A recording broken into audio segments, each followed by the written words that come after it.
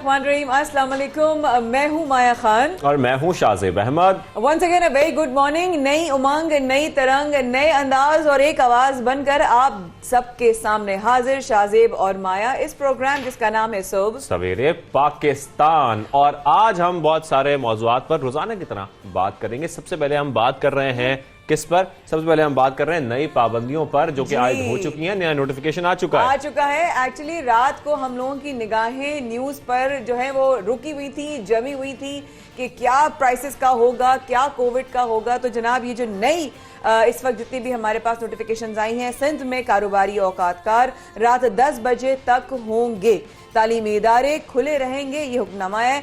महकमा दाखिला सिंध ने नई पाबंदियों का हुक्म जारी कर दिया है। एनसीओ इजलास के मुताबिक 10 रोज में ओमिक्रॉन की लहर पाकिस्तान में दाखिल होगी। ये बड़ी खतरनाक बात है, लेकिन इसके साथ साथ जो नई पाबंदियां लगाई गई हैं मुताबिक ये कहा जा रहा है कि जो इंडोर डाइनिंग है उसमें 30% नशिस्तें जो हैं वो खाली रखी जाएंगी। इसके साथ साथ जो शादी ब्याह करने वाले लोग हैं, जो शादी ब्याह के इज्तिमात हैं, उसमें भी अब पाबंदी लगा दी गई है कि 300 से ज्यादा लोग माया नहीं हो सकते। इतनी अब लिमिट है इसकी। होना भी चाहिए। मैं समझती हूँ ये बहुत जरूरी इकदाम थे जो लेने जरूरी थे कि वायरस की रोकथाम के लिए जिले में मौसर इकदाम यकीनी बनाएं। ये एक इतना इसलिए जरूरी है, ये रिस्ट्रिक्शंस इसलिए जरूरी हैं, ये SOPs इसलिए जरूरी हैं कि जो लहर 10 दिन में पाकिस्तान में दाखिल होने का इम्कान है, एक तो दुआओं का सिलसिला कि अल्लाह पाक हम लोगों को इस बीमारी और इस वबा से महफूज रखे। दूसरा ये कि अगर हम अमल नहीं करेंगे, उस पर एक्शन नहीं होगा, तो कोई भी रिजल्ट सामने नहीं आएगा। बिल्कुल। और आगे बढ़कर हम ये बताएं कि एक अच्छी खबर है आवाम के लिए। कोई रिलीफ तो नहीं मिला है, लेकिन कीमतें बढ़ाई भी नहीं गई हैं पेट्रोल की। हम सुन रहे थे रात को खबरें, तो नजर ये आया कि या अल्लाह, कम से कम ये भी एक शुक्र हो गया। और टीम जो है ना पीछे कैमरे के पीछे भी अल्लाह शुक्र अदा कर रही है अल्लाह का कि भाई अल्हम्दुलिल्लाह बढ़ी तो नहीं, कम से कम प्राइसेस बढ़ी नहीं है। जो 145 रुपए का पेट्रोल आप लोगों को मिल रहा था वैसे ही मिलता रहेगा। लेकिन इसके साथ हम आपको ये बता दें कि IMF की शराइत के बायस हुकूमत ने पेट्रोलियम लेवी और जो उसका सेल्स टैक्स है वो बढ़ाया है, लेकिन अवाम के लिए जो प्राइस है वो सेम रहेगी, इसलिए आप लोगों को घबराने की जरूरत नहीं है। लेकिन इसके साथ साथ ये तो हो गई एक थोड़ी सी अच्छी खबर, लेकिन इसके साथ साथ ये बताना बहुत जरूरी है कि एक बहरान है मुल्क में जो दिन ब दिन बढ़ता जा रहा है और अब खैबर पख्तूनख्वा तक भी पहुंच चुका है, पंजाब में भी पहुंच चुका है, सिंध में तो ऑलरेडी था ही गैस का बहरान। और इतना जो है इस वक्त पूरे मुल्क को इसका चैलेंज का सामना है कि पेशावर में इस वक्त इस मुश्किल के हवाले से LPG और लकड़ियां जलाने तक की नौयत और सिचुएशन आ चुकी है। मतलब लोग जो है वो स्टोन एज में जा चुके हैं, दोबारा से लकड़ियां खरीदने के लिए उनकी कतारें लगी हुई हैं कि लकड़ियां मिल जाएं ताकि घर पर खाना पके और जो काम है, दफातर लोगों ने जाना है, काम पे जाना है, वो काम इजीली कर सकें वो। शाज़ेब, सर्दियों में ऐसा नहीं कि सर्दियां पहली दफा आई, हमें भी मालूम है ये चैलेंज हमेशा से होता रहा है, लेकिन पॉइंट इस बात का है कि जब हर दफा पता है कि सर्दियां आती हैं तो हमारी प्रिकॉशनरी मेजर्स वैसे क्यों नहीं होती, हमारी प्रिपरेशंस वैसे क्यों नहीं होती, क्यों इस नौयत पे हमें आना पड़ता है? बिल्कुल, जो डिमांड होती है वो हमेशा बढ़ जाती है और सप्लाई उस तक नहीं होती। ये हर मौसम सरमा की यही कहानी है। लेकिन मौसम सरमा की अगर बात करें तो एक और प्रॉब्लम है मौसम सरमा की, वो है फॉग की और अब स्मॉग की। माया, ट्रैवलिंग, स्मॉग, ये सब चीजें कितना अफेक्ट हो रही हैं, स्पेशली सिंध के भी हवाले से। सिंध में भी ट्रैवल को लेके बहुत ज्यादा रिस्ट्रिक्शंस आई हैं, स्मोक की इस वक्त बहुत ज्यादा शिकायत आ रही हैं। टीम हमारी ट्रैवल करती है, कभी कोई सेगमेंट करने, कभी कुछ, तो हमें बेसिकली फर्स्ट हैंड इन्फो मिल रही है। भाई आपका बंदा गया है, आपका जानने वाला वापस आता है, आपको पता चलता है उसका गला खराब है, उसको सांस में तकलीफ हो रही है। तो जो लोग वहां रह रहे हैं शाज़ेब, उनका तो उससे भी बुरा हाल है ना, उससे भी ज्यादा बुरा हाल है। और इसके साथ साथ आपको ये बता दें कि जो मोटरवे पर सफर करने वाले लोग हैं उनके लिए परेशानियां बहुत बढ़ गई हैं, क्योंकि फॉग में ये होता है कि हद निगाह बहुत कम हो जाती है, फॉग लाइट्स का इस्तेमाल लाजमी हो जाता है। मोटरवे पुलिस ये बार बार कह कहकर थक गई है, लेकिन अभी भी एक बहुत बड़ा हादसा हुआ है। 24 कार्स का एक्सीडेंट हुआ है काला शकाको मोटरवे पर, और इसका इतना ज्यादा जो है अफसोस के साथ ये खबर बता रहे हैं हम कि हम लोग क्यों नहीं हम ये लाइट्स यूज करते जो हमें स्मोग में जरूरी होती हैं, क्यों हम एहतियात नहीं कर पाते हैं। रोड बंद करने से, मोटरवेज बंद करने से हल नहीं निकलेगा, क्योंकि हर इंसान अपनी जरूरत के तहत ये तकलीफ करेगा ना, उठाएगा और जाएगा। जो लोग हैं वो स्पीड अपनी वही कायम रखते हैं जो नॉर्मली वो ट्रैवल कर रहे होते हैं, हालांकि फॉग में, स्मॉग फॉग में आपको बहुत ज़्यादा ख्याल करना है। इस पर आगे चलकर हम तफसीली बात करेंगे, लेकिन फॉग की वजह से एक और जो खबर है वो सामने आ गई है, वो स्कूल्स की है। जी हाँ, 15 दिसंबर से तो वैसे ही कह रहे हैं, खबर आई है कि जी स्कूल्स बंद होंगे, लेकिन ये बात और भी आई है सामने कि 3 दिन तक स्कूल्स बंद होंगे। अल्लाह अल्लाह करके तो रास्ते खुले, अल्लाह अल्लाह करके स्कूल्स खुले शाहजेब, और अब जो है वो हफ्ते में 3 दिन बच्चे कैसे एक एजुकेशन मोड में आएंगे, कैसे वो इस रूटीन में आएंगे। पेरेंट्स परेशान है, वो कहते हैं कब जाओगे स्कूल। अल्लाह अल्लाह करके बच्चे स्कूल गए, अब हफ्ते में 3 दिन। बिकॉज स्कूल मालिकाना एसोसिएशन भी है, वो भी यही कह रही है, क्योंकि वो उनका यही मानना है कि स्कूल अभी बंद नहीं करने चाहिए। पहले ही बच्चों का बहुत नुकसान हो गया है, और ऐसे बताए बगैर नोटिफिकेशन जारी हो जाएंगे, बंद कर दिया जाएगा तो पढ़ाई में फिर बच्चों को बहुत नुकसान होगा। तो इस तरह की खबरें भी सामने आ रही हैं। लेकिन इसके साथ साथ एक और खबर है उम्र के हवाले से, माया, जैसे कि आप कल भी जिक्र कर रही थी। मैं बिल्कुल जिक्र कर रही थी, मैं रोज जिक्र करती हूँ, रब ताला कब हम जाएंगे, कब हमारे रास्ते खुलेंगे। लेकिन एक चीज जो अच्छी भी खबर आई है, वजारत हज उम्रा सऊदी अरब के हवाले से उन्होंने एक बात कही है कि अगर आपको वैक्सीनेशन लगी हुई है, डबल डोसेज दोनों आपने लगवाई हुई हैं, तो आपको सऊदीया में क्वारंटीन करने की जरूरत नहीं है। लेकिन साथ साथ अगर आपने वैक्सीनेशन नहीं कराई है तो भूल जाइए कि आपको सऊदी अरब में एंट्री भी मिलेगी। बिल्कुल, यहां पर लाजमी बात यही है कि आप लोग सबसे पहले वैक्सीन करवाएं, और वैक्सीन अगर आपकी हुई होगी तभी आप उम्रे और हज के लिए जा सकते हैं। लेकिन इसके साथ साथ आपको यह भी बताएं कि दुनिया भर में आज HIV एड्स का दिन मनाया जा रहा है, आगाही का दिन मनाया जा रहा है। बिल्कुल, 1 दिसंबर, जिसकी बुनियाद 1998 में रखी गई, और इसकी सिर्फ ये वजह थी, इस दिन को उन लोगों को डेडिकेट किया है जिन्होंने HIV एड्स के हाथों अपनी जान खोई या वो इसके मर्ज और इस तकलीफ में मुब्तला है।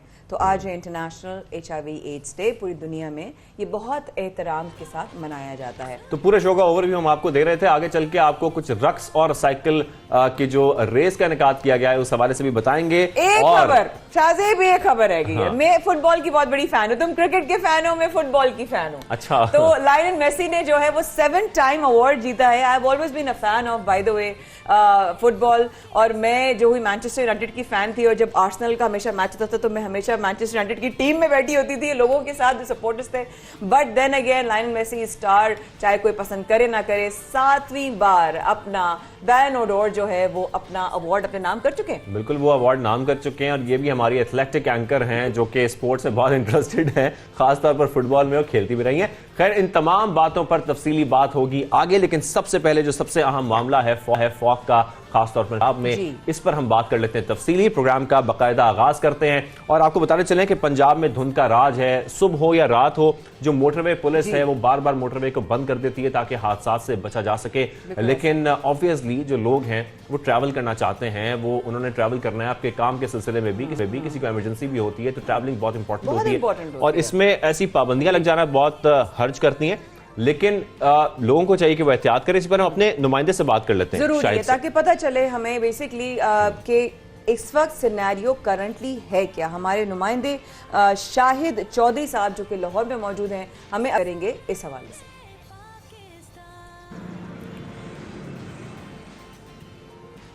जी शायद आप हमें सुन सकते हैं, तो बताइएगा इस वक्त क्या सूरत हाल है। जी शाहजेब और माया, हमने अभी आपकी तमाम बातें भी सुनी हैं। गुड मॉर्निंग तमाम पाकिस्तानियों को। और ये कहना चाहूँ कि लाहौर के अंदर इस वक्त जो है वो धुंध भी है, और उसके साथ साथ जो है वो स्मॉग भी है। दोनों जो है इस वक्त यहाँ पे मौजूद हैं। स्मॉग का भी राज है और धुंध का भी है। धुंध की वजह से जो मोटरवे हैं लाहौर से शेखुपुरा, लाहौर से जो है समुद्री तक जो है वो मुकम्मल तौर पर रात के वक्त जो है वो बंद कर दिया जाता है, क्योंकि गाड़ियों जो है उसका एक पहले भी आप देख चुके हैं कि बड़ा एक्सीडेंट जो है वो सामने आ चुका है। कुछ भी दिखाई जो है वो नहीं देता, हद्दे निगाह जो है वो सिफर हो जाती है मोटरवे पे। इस वजह से मोटरवे को जो है वो बंद कर दिया जाता है, जिसकी वजह से शहरियों को शदीद परेशानी का सामना जो है वो भी करना पड़ा है। दूसरा है मसला जो है वो स्मॉग का है। स्मॉग और धुंध जो है दोनों मिल जाते हैं, जिसकी वजह से शहरियों को शदीद परेशानी का सामना जो है वो करना पड़ा है। अगर लाहौर का एयर क्वालिटी इंडेक्स आपको बताऊं तो नेशनल हॉकी स्टेडियम जो है यहाँ पर 398 जो है वो रिकॉर्ड किया गया है। DHA जो फेज 8 है वहां पर 397 जो है वो नोट किया गया है। महकमा मौसमियात का कहना है कि जो बारिश का इम्कान है वो 5 दिसंबर को लाहौर में बारिश का इम्कान जो है वो मौजूद है। उससे पहले ये धुंध का सिलसिला जो है अच्छा शायद बारिश का इम्कान जाहिर किया जा रहा है महकमा मौसमियात की जानिब से। इसके साथ साथ शायद आप मुझे ये भी बताइएगा कि जो लोग हैं, जो हिदायत जारी की जा रही है मोटरवे पुलिस की जानिब से, लोग उस पर अमल कर रहे हैं, फॉग लाइट्स का इस्तेमाल कर रहे हैं, अपनी रफ्तार कम रख रहे हैं? जी, ये आपने बहुत अहम बात की है। ये सबसे मेन बात है, लोग इस पे अमल नहीं कर रहे हैं। फॉग लाइट्स का इस्तेमाल जो है वो नहीं किया जा रहा है। अगर ये इसका जो है इस्तेमाल किया जाए तो बहुत से हादसा से जो है वो बचा जा सकता है। लेकिन अब क्योंकि सबसे जो अहम है कि धुंध की जो तादाद वो ज्यादा होती है, बड़ी तादाद के अंदर धुंध पड़ी है, हद निगाह जो है वो बहुत कम रह जाता है। तो इस वजह से अब जो है मुकम्मल तौर पर मोटरवे जो है वो बंद कर दी जाती है। मुल्तान रोड की बात करें, जीटी रोड की बात करें, तो वहां पर फॉग लाइट्स के साथ पूरी रात जो है वो ट्रैफिक रवा दवा रहती है, लेकिन उसकी रफ्तार जो है वो बहुत कम कर दी गई है। और कुछ गाड़ियों को इकट्ठा करके जहां पे बहुत ज्यादा धुंध होती है वहां पे स्लो रफ्तार के अंदर जो है उनको जाने की इजाजत जो है वो दी जाती है। और शहरियों को यही कहा गया है कि गैर जरूरी सफर जो है वो ना किया जाए। कोशिश की जाए कि कम से कम जो है वो सफर किया जाए रात के वक्त जो है, खुसूसी तौर पर सुबह के वक्त तक। अब तक जो है यहाँ पर हम देख सकते हैं कि मोटरवे के जो इलाके हैं वहां पर धुंध छाई हुई है। तो ये सूरत हाल जो है आने वाले दिनों में अभी मजीद बढ़ेगी। धुंध की वजह से, स्मोक की वजह से जो शहरी हैं वो शदीद परेशान हैं। जी,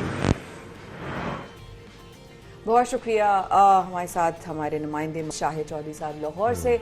और इस वक्त इस मौजू पर बात करने के लिए हमारे साथ मौजूद हैं DIG मोटरवे महबूब असलम साहब, जिनको अभी हमने तकलीफ दी है। और आपका बहुत शुक्रिया महबूब असलम साहब, आपके वक्त का बहुत शुक्रिया। इस हवाले से पहला सवाल ये करूंगी आपसे कि सर ये बताइए कि मोटरवे अथॉरिटी मुसाफिरों को क्या अहकामात जो है उनको दे रही है, किस तरह बता रही है, ड्राइवर्स को प्रिकॉशनरी मेजर्स किस तरह बताए जा रहे हैं, और क्या एहतियाती तदाबीर की जो है उनको डायरेक्शन दी जा रही है। जी, कल अनफॉर्चुनेटली काला शाह काकू के पास एक बड़ा एक्सीडेंट हुआ। उसमें कोई 30 के करीब लगभग गाड़ियां एक दूसरे में टकराई, लेकिन अल्लाह का शुक्र है कि कोई जानी नुकसान नहीं हुआ। मोटरवे पुलिस उसमें लोगों को यही एडवाइस कर रही है कि आप जो अपना ट्रैवल टाइम है वो जरा धुंध के हवाले से देख के करें। और जो सेफ टाइम है in these days for travel, it is between 10 o'clock in the morning till 6 in the evening। और धुंध के वक्त अब हम बड़ा इसको प्रिकॉशंस ले रहे हैं, हम मोटरवेज बंद भी कर रहे हैं। और हम लोगों को ये एडवाइस कर रहे हैं कि जो हमारी एडवाइजरी है और हमारी जो 130 हेल्पलाइन है उससे चेक करके पहले चेक कर लें कि किस एरिया में धुंध है, किस में नहीं है, और उस हिसाब से ट्रेवल करें। अच्छा, ठीक है। क्या कोई और चीज़ें शेयर कर सकते हैं आप, जैसे कि अब तक धुंध के बायस जो आपने बताया कि अनफॉर्चुनेटली एक्सीडेंट तो हुआ सर, लेकिन अल्हम्दुलिल्लाह किसी की जान नहीं गई। एक चीज़ हमारे रिपोर्टर ने अभी हमें बताई कि तादाद जो है गाड़ियों की ट्रैवल करते हुए वो कम हो चुकी है। इसकी बहुत बड़ी वजह जाहिर है वो फॉग भी है। इसके अलावा हर बंदा ज़रूरत के तहत भी ट्रैवल करता है, मजबूरी के तहत भी ट्रैवल करता है। उनके लिए बिटवीन 10 and 6 शायद पॉसिबल ना हो, तो उस टाइम पे उसके लिए क्या एहतियाती तदाबीर होनी चाहिए एक ड्राइवर के लिए? उसके लिए मैडम हम रिकमेंड करते हैं कि मोटरवे को यूज ना करें, जीटी रोड को यूज करें। और जो छोटी छोटी एहतियाती तदाबीर हैं जो हम बार बार कहते रहते हैं कि अपनी सीट बेल्ट लगाएं, और स्पेशली फॉग के दिनों में लो बीम पे जो है वो गाड़ी चलाएं, हाई बीम पे गाड़ी बिल्कुल ना चलाएं। लोगों की ये गलत फहमी है कि हाई बीम पे गाड़ी चलाने से विजन बेहतर होता है। हम बार बार ये रिकमेंड करते हैं कि लो बीम पे गाड़ी चलाएं, अपनी सीट बेल्ट लगाएं। और अगर कोई बहुत इमरजेंसी है, जब आप देख रहे हैं कि मोटरवे पे धुंध है, तो हम रिकमेंड यही करते हैं कि जीटी रोड यूज करें, क्योंकि वहां पे कंपैरेटिवली जो रश है वो ज्यादा होता है और खुदा न खास्ता किसी बड़े एक्सीडेंट होने का नुकसान कम होता है। तो ऐसे हालात में अगर आपको कोई बहुत इमरजेंसी है तो you can use GT road, लेकिन हमारी जो एडवाइजरी है उसको जरूर कंसल्ट करें और उसके बाद मोटरवे पे ट्रेवल करें। अदरवाइज इट इज रिकमेंडेड कि जब मोटरवे पे धुंध हो तो ना ट्रेवल करें, वरना एक्सीडेंट के जो है। और आजकल बहुत शुक्रिया महबूब असलम साहब हमारे साथ मौजूद, DIG मोटरवे, जिन्होंने फॉग के हवाले से आज इस इशू के ऊपर रोशनी डाली। लेकिन बहुत एहतियात कीजिए, हाई बीम का इस्तेमाल ना कीजिए, क्योंकि पूरी दुनिया में एक रूल है कि आप जहाँ पर ट्रैफिक होती है, जहाँ पर गाड़ियाँ होती हैं, आप हाई बीम ना रखिए। अगले को भी तकलीफ होती है और वो आपके लिए भी जानलेवा खुदा ना खास्ता हो सकता है। आपने कहा कि सुबह 10 से शाम 6 बजे के बीच में अगर ट्रैवल करना है तो आप लीजिए ये मोटरवे, वरना आप GT रोड का इस्तेमाल कीजिए। Because obviously Shahzeb, you also know a lot of areas over there. GT road पे सही तो कह रहे हैं, रौनक होती है, लोगों का पता होता है। अंधेरी रोड, वैसे ही फॉग, नजर आगे आ नहीं रहा, एक कदम के बाद बंदे का पता नहीं होता कि कौन है कौन नहीं है, कितना डिफिकल्ट हो जाता है। और कभी लोग अजीब सी ठंड भी है, नींद भी आ जाती, तो इंसान को बहुत अलर्ट रहना पड़ता है। बिल्कुल बिल्कुल सही कह रही हैं आप। Exactly, जैसे कि वो भी आप जिक्र लेट जा कर रहे हैं कि सकते सुबह 10 से आप शाम 6 तक ट्रैवल कर रहे हैं, अगर आपको ट्रैवल करना भी है, क्योंकि मोटरवे में अगर आप लाहौर से इस्लामाबाद भी ट्रैवल कर रहे हैं तो एटलीस्ट आपको 5 आवर्स लगते हैं। और ये टाइमिंग्स बिल्कुल सेट इसीलिए की गए हैं ताकि आप लोगों को कोई नुकसान ना पहुंचे, कोई हादसे का शिकार ना हो सके। इसके साथ साथ हम स्क्रीन पर डाटा भी दिखा रहे हैं कि जो नुकसान हुआ है वो कितना हुआ है, वो फैक्ट्स एंड फिगर्स क्या है। इसके साथ साथ हम आपको ये जिक्र भी कर दें, तकरीबन 16-17 से उम्र से लेके और 64 साल की उम्र के जो अफराद हैं इनके एक्सीडेंट ज्यादा हुए हैं। इस तरह की फिगर्स भी हम आपके साथ शेयर कर रहे हैं। और जो खवातीन ड्राइवर्स हैं उनके लिए भी खास तौर पर हिदायत जारी की जा रही हैं। और जीटी रोड का जैसे कि वो जिक्र कर रहे हैं ना, वो इसीलिए कर रहे हैं कि जीटी रोड पे आपको हर कुछ देर बाद छोटे छोटे शहर आते हैं, वहां पर मार्केट्स हैं, आपको अवेलेबिलिटी होती है मैकेनिक्स की भी, दीगर लोगों की भी। लेकिन इसके साथ साथ जैसे कि वो भी बता रहे हैं कि 130 है मोटरवे पुलिस की, अगर आपको परेशानी होती है उस पर राब्ता भी कर सकते हैं। बहुत अच्छी इन्फो दी, लेकिन साथ साथ ये बताना भी तो जरूरी है हमारा कि फॉग और स्मोक के साथ साथ हाई महंगाई क्या करें इस महंगाई का, कि इस वक्त में जहां हमने अपनी बेसिक्स मीट हमारी नहीं हो रही है, शॉपिंग तो बहुत दूर की बात है, शादियों के लिए भी बहुत दूर की बात है। मैं शादियों का जिक्र इसलिए नहीं कर रही, तो खुश नहीं हो कि एकदम से चलो तो बाछे खिल गई है शादी की बात। भाई मैं शादी की बात इसलिए कर रही हूँ कि शादियों का सीजन है, शादियों का सीजन है और शॉपिंग करना बहुत जरूरी होती है, और वो शॉपिंग करने के लिए लोग निकलते हैं, लेकिन शॉपिंग के लिए जब वो जाते हैं तो मायूस होकर वापस लौटते हैं। उसकी वजह क्या है? ये मैंने खुद देखा शाहजेब, जब हम एक्चुअली इसलिए बता रहे हैं बिकॉज शाहजेब और मैं हम दोनों चले गए जनाब आउटडोर लोगों से पूछने के लिए कि क्या वाकई महंगाई है या महंगाई के ऊपर आपने कुछ कहना है। तो किसी ने कहा कोई महंगाई नहीं है, कोई पैसे नहीं बढ़े, ये जो है ये खामखाई में तुम लोग जो है ऐसी बातें करो। तो हम लोग दूर हो गए, जरा परेशान हो गए कि ये क्या कह रही है, कौन सी महंगाई नहीं है। लेकिन फिर उसके बाद जब लोगों ने अपने दिल का हाल जब खोला हमारे सामने, तो ऐसे ऐसे इंकशाफात हुए, वो मेरा ख्याल है आप लोगों को देखना बहुत ज़रूरी है। हम आपको लेके जाते हैं कि शाहजेब और मैं जब गए आम आवाम के पास पूछने के लिए कि महंगाई ने आपकी कमर तोड़ी है और किस हद तक तोड़ी है। देखिए, अगर बात करें महंगाई की तो महंगाई का जिन काबू में नहीं आ पा रहा है। अवाम महंगाई से खासे परेशान हैं, उनके क्या तासुरात हैं, क्या कहना है, आइए जानने की कोशिश करते हैं। अस्सलाम वालेकुम, कैसे हैं आप? वालेकुम सलाम सर, ठीक है। आप क्या करते हैं आप? सर मैं रिक्शा चलाता हूँ। कितना कमा लेते हैं आप? सर क्या कमाते हैं, जो कमाते हैं वो ये निकल जाता है पेट्रोल और सीएनजी में। जो पेट्रोल की रेटें इतनी बढ़ गई है कि हद से बढ़कर है, और सीएनजी के भी रेट इतने बढ़ गए कि उसमें सीएनजी डाले और चलाए।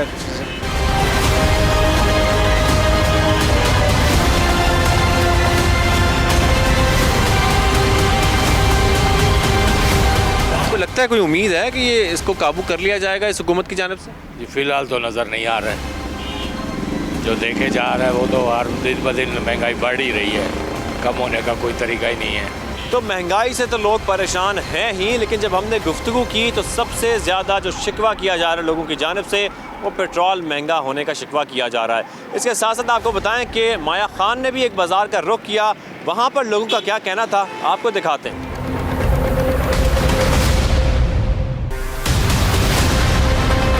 आपकी जो भी महंगाई की सिचुएशन है एक आम आदमी के लिए जो उससे वो गुजर रहा है, उसकी जो तकलीफ है वो आपके लिए तो ये है ना कि यार आपको पेट्रोल डलवाना है रोज। अभी आप ये देख लें, मैं गाड़ी का इतना काम नहीं करा सकता कि जब मुझे पूरे होंगे तो मैं गाड़ी का काम करूँगा।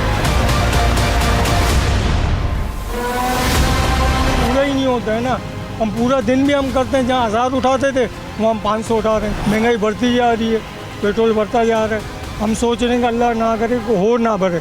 अभी इतने पेट्रोल में हम लोग को पूरे नहीं हो रहे हैं, तो आगे जाके हम क्या करेंगे आप ये बताएं। अभी यहाँ से मैं अगर अपने 92 के ऑफिस जाती हूँ, मोहम्मद अली सोसाइटी है हमारा ऑफिस, तो आप कितने लेंगे मुझसे पैसे? आज कम से कम 150 तो होने चाहिए 150 तो ना। होने 150 चाहिए। देते ही नहीं, 80 देंगे, 70, 80, 70। तो उसमें हम पेट्रोल डालें या सवारी को उठाएं, हम ये मतलब अभी हम खुद मजबूर हैं। सवारी को भी यही बोलते नहीं समझती।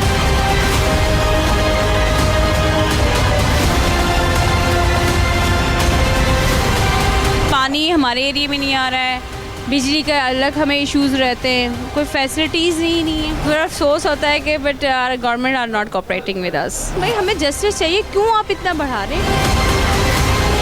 लॉ तो है, लॉ पर अमल नहीं होता। उसकी रीज़न ही कि हमारे आवाम में शऊर ही नहीं है, उसको रोटी कपड़ा मकान बस इसमें फंसाया हुआ है। Thank you so much, thank you so much. हक तो पाकिस्तान में किसी को नहीं मिल रहा, ख़ास तौर पे गरीब को। एक रक्शे वाले से लेके तो एक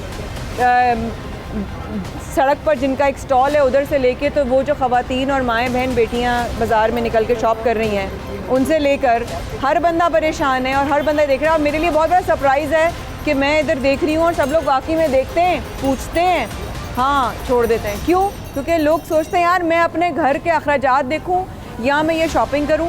और कहते हैं ना कि ज़रूरत है या चाहत है। मैं हमेशा कहती हूँ कि ज़रूरत है या चाहत है, तो ज़रूरत तो इंसान की लिमिटेड रहती है लेकिन चाहत कभी ख़त्म नहीं होती।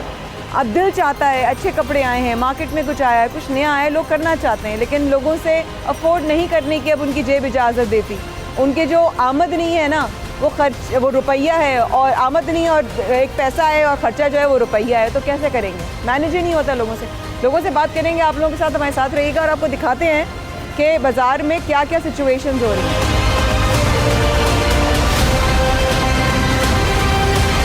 मुझे ये बताइए सर कि आपकी ये दुकान है, आप काम करते हैं कस्टमर के, ठीक है, लेकिन खर्चे आपके भी हैं, बिल्कुल, फैमिली आपकी भी है, बिल्कुल है। क्या इस वक्त जो सारा ये हालात हुए हैं, जो प्राइसेस ने एकदम से अटैक कर दिया है आवाम पर, 300% इजाफा हुआ है हर चीज़ में, खाने से लेकर पेट्रोल, हर चीज़, बिजली, इवन मेरे घर का बिल जो है 1500 रुपये आता था अब से 3-4 साल पहले। आज मैं बिल लेके बैठा हूँ 8,500 रुपये। क्या बात करें, 1500 से 8,500? 8,500 रुपये इन 3 सालों में। सबसे बड़ा दबाव आपको घर से किस चीज़ का आता है? घर से एजुकेशन पे और बिलों पे। बच्चों की एजुकेशन इस वक्त में बहुत मुश्किल हो चुकी है। बहुत मुश्किल, नामुमकिन है। अगर कोई 60-70 हज़ार रुपये कमाता है तो वो सरकारी स्कूलों में तो पढ़ा सकता है, इसके अलावा जो है ना प्राइवेट स्कूल में वो नहीं अफोर्ड कर सकता। इंटर के बाद जो है वो बच्चा नौकरी ही कर सकता है, आगे आला तालीम हासिल नहीं कर सकता। नौकरियाँ भी मिल रही हैं? नौकरी, मेरा बच्चा अभी फारिग हुआ है मार्च में, अच्छा, इंजीनियरिंग NIT यूनिवर्सिटी से इंजीनियरिंग में, लेकिन अभी तक उसे कोई जॉब नहीं मिली।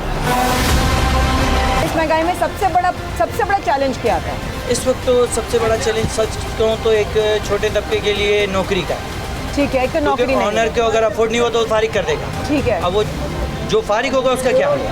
आम आदमी की कमर किस चीज़ पे टूटने वाली है? मज़ीद देखो, रेगुलर रोज़मर्रा के सामान से ना ये सबको डरा। 26,000 रुपये इन्होंने चैली मिसा के तो हुकूमत ने तय की है, ठीक है, तो आप हिसाब लगा लो, अगर एक दिन का 1 किलो दूध भी कोई लेता है तो राशन सुबह के नाश्ते में ही 800-900 रुपये चलेगा। बेशक ऐसा तो ही है। बचा क्या उसके पास? हमारे नाजरीन ये गुफ्तगू सुन रहे थे और मैं एक शख्स की गुफ्तगू बहुत गौर से सुन रहा था जो ये बता रहा था कि उसको 8,000 का बिजली का बिल आया है। अगर हम सिर्फ ये सोचें कि जिसकी आमदनी ही सिर्फ 20,000 रुपये है, 22,000 रुपये है, इवन 25,000 रुपये, अगर वो 8,000 रुपये बिजली का बिल दे देगा, अपना रेंट दे देगा, उसके बाद उसके स्कूल के बच्चों की जो स्कूल की फीस है वो देगा, पेट्रोल का खर्चा करेगा, आना जाना होगा, खाना पीना करेगा, तो ये पॉसिबल ही नहीं है कि वो ये तमाम खर्चे अपनी इस आमदनी में उठा ले। और हमारा बहुत जो हमारे ज़्यादातर तबके हैं वो तकरीबन इतना ही कमाते हैं और इस कमाई में उनके लिए गुजारा बहुत मुश्किल है, बहुत मुश्किल है। अगर आप ये कह दें कि भाई महंगाई नहीं हो रही तो फिर ये क्या है? अगर आप ये कह रहे हैं कि प्राइसेस नहीं बढ़ रही तो ये क्या है? अगर आप ये कह रहे हैं यार आम आदमी खुश है और बहुत अच्छी जिंदगी गुजार रहा है तो फिर ये क्या है? मुझे जवान बच्चे अपनी जानों से हाथ धो रहे हैं मजबूर होकर। अगर एक इंसान, बात बिल्कुल सही है, मैंने सुना, अभी इंशाल्लाह प्रोग्राम में आगे आपकी मुलाकात करवाएंगे, जफर JDC से इनका ताल्लुक है। जफर साहब की बात मैंने अभी सुनी, खबरों में आई थी, उन्होंने कहा अगर एक बच्चा ग्रेजुएशन के बाद बार बार पेट्रोल डलाकर जाता है इंटरव्यू देने के लिए, लेकिन इंटरव्यू पे उसको इनकार सुनना पड़ता है, अगर वो 5 दफा जाता है, आपका 500 से 800 का पेट्रोल चला गया, वो पैसे वो कहां से अफोर्ड करेगा? नौकरी उसके पास है नहीं। इस वक्फे के बाद हमारे साथ रहेगा सुबह सवेरे पाकिस्तान में शाज़ेब और माया कर रहे हैं आपका इंतजार, लेके चलेंगे आपको जफर JDC के साथ।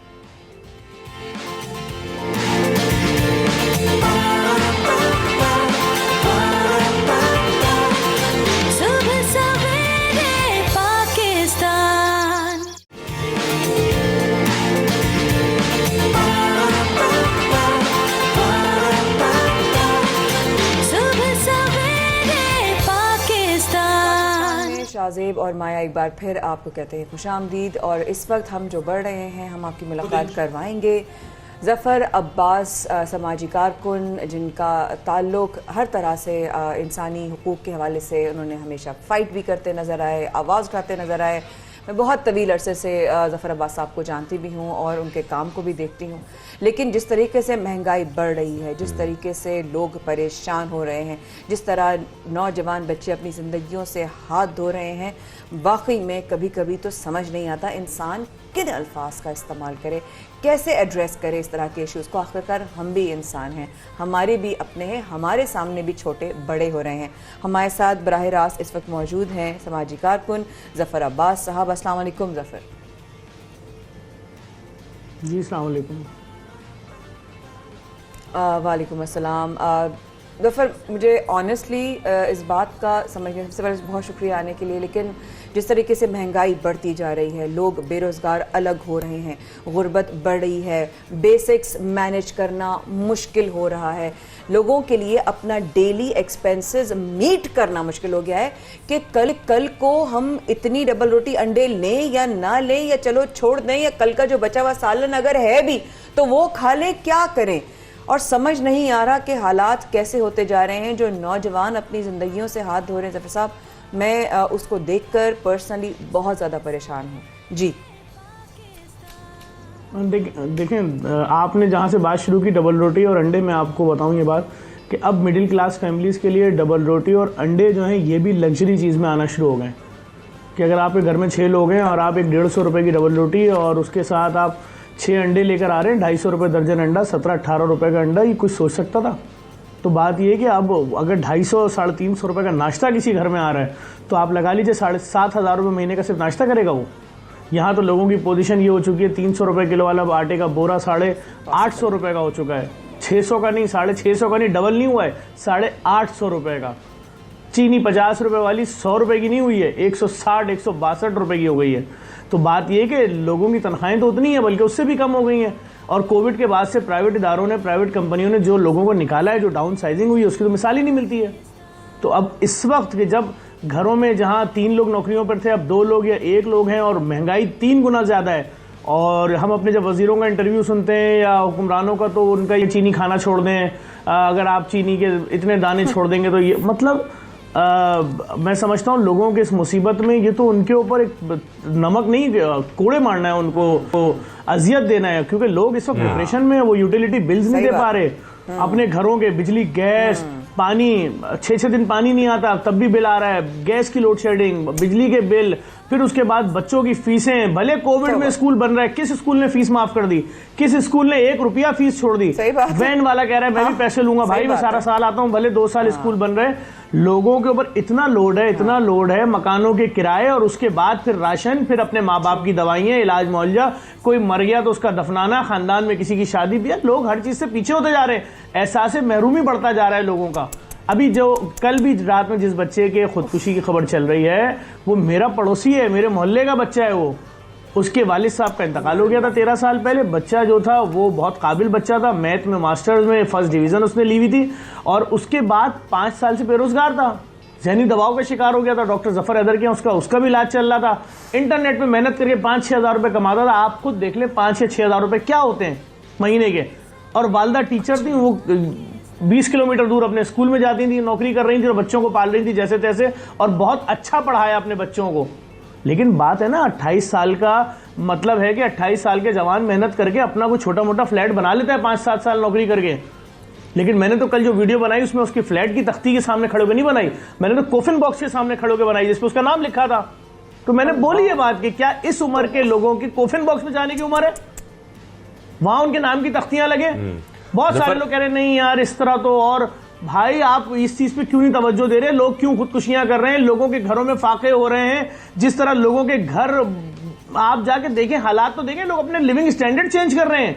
वो कह रहे हैं बस हमारी जिंदगी में अब तक इस आबादी में रहना था, अब हम इससे नीचे वाले तबके में शिफ्ट हो रहे हैं, हम नहीं अफोर्ड कर सकते भाई। 25,000 ज़फ़र भाई आप जो तमाम ज़फ़र भाई आप तमाम जो बातें कर रहे हैं वो हकीकत पर मबनी है।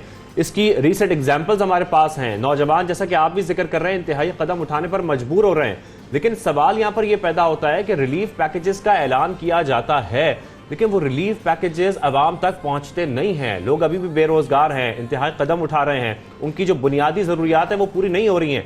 इसकी बुनियादी वजह क्या है, आप क्या समझते हैं, करना क्या चाहिए हुकूमत को? मैं देखें सबसे पहले बात करूंगा, सबसे पहले अगर हुकूमत को कुछ करना चाहिए, कम से कम मैं अगर सिर्फ कराची की इस वक्त बात करूं, कराची से कोटा सिस्टम तो ख़त्म करें। एक लड़का जिसके वालिदैन सारी ज़िंदगी की जमा पूंजी लगा दें, या कोई बेवा माँ अपने बच्चे पे सब कुछ लगा दे कि मेरा बच्चा पढ़ लिख लेगा तो हमारे हालात बेहतर हो जाएंगे, और जब वो पढ़ के डिग्री लेके बाहर निकले तो अखबार में जब पहला नौकरी का ऐड पढ़े तो उसमें लिखा हो कि जी कराची का बंदा अप्लाई नहीं कर सकता चूँकि कराची में कोटा सिस्टम है। तो बात ये क्या है? और इससे और ज़्यादा आप मुझे बताएं, कोई भी शख्स, ये जो लोग प्राइवेट दफ्तरों में इंटरव्यू देने जाते हैं, पता है आपको एक आदमी एक दिन में कितने इंटरव्यू देता है? अगर 10 दफ्तरों में भी इंटरव्यू देने जाता है तो उसका ज़हनी हालत क्या होगी? पहले किसी से पता पूछेगा, पहले कोई बंदा ढूंढेगा कि यार मेरी सीवी ले लें भाई, प्लीज कहीं लगवा दें, प्लीज कहीं लगवा दें, प्लीज कहीं लगवा दें। फिर वो बोलेगा बंदा फोन करके फला जगह चले जाना, बड़ा खुशी खुशी तैयार होकर जा रहा है, माँ बाप से दुआएं ले रहा है, बीवी से दुआएं ले रहा है कि मैं इंटरव्यू देने जा रहा हूँ। फिर उस बिल्डिंग में पहुंच रहा है, उन साहब को ढूंढ रहा है, वेटिंग में बैठ रहा है, फिर जा रहा है, उनको अपना सारा तजुर्बा बता रहा है, सब कुछ बता रहा है। उसके बाद बता रहा है जहां मैं आखिरी बार नौकरी कर रहा था वहां मेरी तनख्वाह 32,000 रुपए थी। ये याद रखिएगा, मैं 3,20,000 नहीं बोल रहा, 32,000 रुपए तनख्वाह थी। और वो 32,000 रुपए तनख्वाह सुनने वाला आदमी उसका सारा तजुर्बा सुनने का बोलता है ठीक है हम आपको बताएंगे। मायूसी, वहीं से उतर रहा है, बस ढूंढ रहा है, दूसरी जगह जा रहा है, ऊबर करीम में नहीं जा रहा। वो माफ करे, आई कांट इवन इमेजिन, मैं इमेजिन भी नहीं कर सकती हूँ वाकई में। मेरी तो मतलब ऐसे कह सकती हूँ, लेकिन दूर दूर तक परे की बात है कि इंसान रिलेट भी कर सके इस तरह की सिचुएशन से। आपने कहा कि 32,000, यानी कि अगर 30 से 35,000 के बीच में कमाने वाले लोग जिनकी जिंदगी की बेसिक्स नहीं होती, उस पर पेट्रोल की जो है प्राइसेस बढ़ी जा रही हैं, बिजली की प्राइसेस बढ़ी जा रही हैं। इस सिचुएशन में नौजवान हो या बुजुर्ग हो या कोई भी काम करने वाली औरत हो, सिंगल मदर हो, कोई भी हो सकता है, उसकी तो मजीद मेंटल हेल्थ और अफेक्ट हो जाएगी ना जफर साहब। पूरा घर मेंटल हेल्थ डिस्टर्ब हो गई। आप क्या समझ रही हैं? जब एक टीचर एक 5वीं क्लास के बच्चे को अपनी क्लास में खड़ा करे और बोले आपके अब्बू ने 3 महीने से फीस नहीं दी है, आप जाके क्लास से बाहर खड़े हो जाएं 10 मिनट, उस बच्चे पे क्या गुजर रही है? सोच नहीं सकता। फिर वो बच्चा घर आ रहा है, सारे बच्चों ने उसका मजाक उड़ाया, वो आके अपने वालिदैन से बोल रहा है अब्बू आपने फीस नहीं दी, मुझे क्लास में खड़ा कर दिया। वालिद की ज़हनी हालत क्या होगी? वालदा की ज़हनी हालत क्या होगी? खाली एक भाई के साथ तो नहीं हुआ होगा, बाकी सब बच्चों की भी नहीं दी होगी। पूरी फैमिलियों का जो हाल हुआ हुआ है आप सोच नहीं सकते हैं। और मैं आपको फिर बता दूं, पहले तो 3 तबके थे ना, अपर, मिडिल, लोअर। अब मिडिल क्लास का नाम सफेद पोश है। आप अब ये उम्मीद नहीं रखिएगा कि आपको, हम अक्सर सुनते हैं बाजारों में बड़ा रश है, बाजारों में बड़ा रश। हाँ बाजारों में रश है, लोग ठेलों से खरीदारी कर रहे हैं। बाजारों में रश है, जो लोग 2 किलो दाल खरीदते थे वो 1 पाव दाल खरीद रहे हैं। लोग 1,500 रुपए 1,600 रुपए किलो बकरे का गोश्त अब नहीं खरीद सकते। जिनके घरों में कभी गाय का गोश्त आता होगा वो अपने बच्चों को बोलते हैं बेटा जाओ 1 पाव गाय का गोश्त हड्डी वाला लेकर आ जाओ। ऐसा ही है, बिल्कुल सही कह रहे हैं, बिल्कुल सही फरमा रहे हैं। ये हालत हो गई है जफर भाई। मैं ख्याल शाहज़ेब को सवाल बिल्कुल जफर भाई, मैं यहाँ पर ये सवाल एक आपसे पूछना चाहूंगा कि ये बेरोजगारी खत्म कैसे की जा सकती है? रोजगार के मौके पैदा किए कैसे पैदा किए जा सकते हैं? देखें, लोगों को, जो भी इंडस्ट्रियलिस्ट हैं, जो भी सरमायादार हैं, उनके जो भी तहफ़्फ़ुज़ात हैं उनको दूर किया जाए, उनको यकीन दिलाया जाए भाई तुम कराची शहर से या पाकिस्तान से अपना कारोबार ख़त्म करके बांग्लादेश या दूसरे मुल्कों में क्यों जा रहे हो। उनसे बात की जाए, ऐसे लोग, ऐसे सियासतदान सामने आए जिनको तजुर्बा हो, जो माशियात के एक्सपर्ट हों। उसके बाद अगर कराची की रुख कर रहे हैं आप, तो कराची के अंदर मैं फिर आपसे अपील करूंगा, बराए मेहरबानी हुकूमती अरकान को सोचना चाहिए कि 4.5 करोड़ आबादी के शहर के ऊपर आपने पाबंदी लगाई हुई है कि नौजवानों को नौकरी इसलिए नहीं देंगे कि यहाँ पे कोटा सिस्टम है। नौकरी आएगी केपीटी में, लेकिन लिखा होगा कोटा सिस्टम है भाई। नौकरी आएगी पीआईए में, लेकिन कराची वालों के लिए नहीं है जी, आपके लिए इतने % है, और वो अभी इसमें नहीं है भाई। तो भाई बात ये, फिर नौकरी करेगा कहाँ यहाँ का नौजवान? आए दिन मोबाइल स्नैचिंग में पकड़े जाने वाला मारा जा रहा है, मुकाबले में उसकी फैमिली रात के अंधेरे में उसको दफना रही है और अगले दिन घर चेंज कर रही है। अल्लाह अकबर। वाकई में जो कैफियत और इस वक्त हालात सुनने के बाद हो रही है तो यकीन नहीं आ रहा कि अल्लाह पता नहीं कौन से माशरे में बड़े होते जा रहे हैं और वक्त निकलता जा रहा है। जफर भाई, अभी आपने ये बात की थी थोड़ी देर पहले, वाकई में तो ये बात समझ में नहीं आ रही कि जो यहाँ पर अभी थोड़ी देर पहले हम लोग बाहर गए थे आउटडोर करने के लिए, लोगों से मिलने के लिए, तो वहाँ पर कुछ अफराद ऐसे भी मिले हमें जफर साहब जिन्होंने कहा कौन सी महंगाई, अच्छा ये मुल्क में भी है और बाहर बैठे हुए भी मुल्क से बाहर लोग बोल रहे हैं कौन सी महंगाई, कोई नहीं, आप लोग मुल्क के खिलाफ प्रोपेगेंडा कर रहे हैं, अमेरिका में भी लाइनें लगी हुई है, सब कुछ हो रहा है, आप लोग जो हैं खामखई में इसको जो है वो एग्जैजरेट कर रहे हैं। अब इसके हवाले से इंसान किस तरह इन लोगों को जवाब दे, मुझे तो समझ नहीं आता। देखिए भाई मैं आपको समझाता हूँ, आप अभी किसी अपने जानने वाले को अमेरिका में फ़ोन करें, पूछें भाई आपके अंडे कितने रुपए दर्जन है, वो आपको बोलेगा शायद $1.5 या वो $1। अभी कल मेरी बात, $1 का दर्जन है अंडा, और यहाँ कितने का है? यहाँ भी उतने का ही है। और वहाँ तनख्वाह कितनी है एक आम आदमी की जो किसी पेट्रोल पंप के ऊपर अगर उसका बाथरूम भी साफ कर रहा है तो महीने के कितने कमा लेता है? वो कमा लेता है $1,000-1,500। $1,500 यहाँ के कितने बनते हैं? $1,500 यहाँ के बनते हैं $2.5 लाख रुपए। 2.5 लाख रुपए वाला भी अंडा खरीद रहा है $1 का दर्जन, और हम अंडा खरीद रहे हैं $1.5 दर्जन। ये महंगाई नहीं है? आप यकीन जाने यहाँ जो बेचारा 30,000 रुपए कमा रहे हैं ना, पढ़ा लिखा आदमी, बैंकर, जो बड़े फखर से खानदान में बताता है कि हमारे अब्बू तो 20 साल से बैंकर हैं, तो कोई पूछे था अब्बू की तनख्वाह कितनी हुई अब तक जाके? 45,000 रुपए। घर कब आते हैं जी? वो जब तक पूरा बैंक बंद नहीं हो जाता, सारे मामलात क्लियर नहीं हो, तो रात 8 से 9 बजे आते हैं। जो आदमी 9 बजे सुबह 8 बजे का गया हुआ घर आएगा, क्या उसकी ज़हनी हालत नॉर्मल होगी? और कमा कितना रहा है? $250 पूरे महीने का $250 कमा रहा है। ये इतना बड़ा कंपैरिजन है और इतना बड़ा सच है। बहुत शुक्रिया समाजी कारकुन जफर हमारे साथ मौजूद है, जफर अब्बास साहब।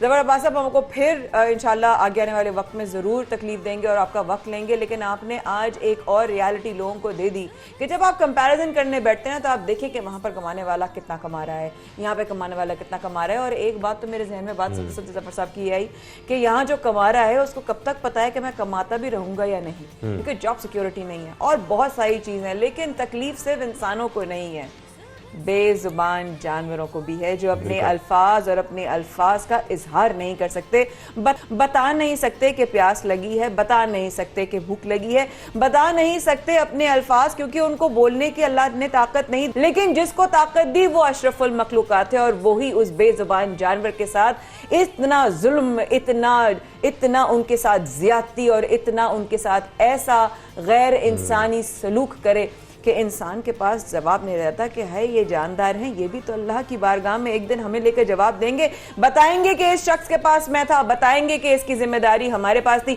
बताएंगे कि इसने हमारा खाना रोका, और बताएंगे कि इसने हमें दवा और पानी वक्त पर नहीं दिया। अब जो हम बता रहे हैं सोशल मीडिया पे शाज़ेब, जो इतना इस वक्त सोशल मीडिया पे आवाज उठ रही है, क्यों उठ रही है? सेलिब्रिटीज क्यों आ रहे हैं, समाजी कारकुन क्यों सामने आ रहे हैं? और ऐसा नहीं है कि आवाज पहले नहीं उठती रही, आवाज बार बार उठाई जाती है। जो सेलिब्रिटीज हैं, जो शोबिस की शख्सियात हैं, वो भी आवाज बुलंद करते हैं, जो एनिमल राइट एक्टिविस्ट हैं वो भी आवाज बुलंद करते हैं, तंजीमें आवाज बुलंद करती हैं। लेकिन जो प्रॉब्लम है, जो बुनियादी वजूहात हैं, वो अब जैसे कि हमारे पास एक एग्जाम्पल है कि ठेकेदार ने अदायगी ना होने पर खाना बंद कर दिया जानवरों का, उन बेज़बान जानवरों का खाना बंद कर दिया। मतलब यहाँ पर हम ये ख्याल रखते हैं कि कोई जानवर हमारे घर पर आ जाए तो हम उसको भी कुछ खिला दें ताकि वो भूखा ना रहे। आपको इजाजत के साथ एक बात बताती हूँ, हम हमारे बुजुर्गों में एक बड़े अच्छे बुजुर्ग गुजरे, उनको ना वो उनका लंगर लगता और उनको ना लोगों ने कहा बहुत चौधरी साहब आपने जबरदस्त खाना दस्तरखान, क्या खाना खिलाया आपने? पता है उन्होंने क्या जवाब दिया शाह से? उन्होंने कहा मेरी क्या जात है कि मैं किसी को कुछ खिला सकूं, ये तो जात अल्लाह की है जो खिलाती है। हमसे जरिया बन सकते हैं और हमारी जो बुनियादी जो हमारी ड्यूटी है हमें वो पूरी करना बहुत जरूरी है। इसी अफसोसनाक मामले पर बात करने के लिए एनिमल एक्टिविस्ट सिद्रा कमर साहिबा हमारे साथ मौजूद हैं। सिद्रा साहिबा बहुत शुक्रिया करने के लिए। अब सिद्रा, जैसा कि हम देख रहे हैं कि बार बार आवाज बुलंद की जा रही है, जो एनिमल राइट्स एक्टिविस्ट हैं वो भी आवाज बुलंद करते हैं, शोबे शख्सियात भी आवाज बुलंद करती हैं, तंजीमें भी आवाज बुलंद करती हैं, लेकिन कुछ अरसे के लिए मामला हल हो जाता है, कुछ अरसे के लिए बेहतर हो जाता है, लेकिन उसके बाद फिर हम देखते हैं हमारे सामने कोई ऐसी मिसाल होती है कि कोई जानवर जो है उसका इंतकाल हो जाता है। अस्सलाम वालेकुम, thank you so much for having me.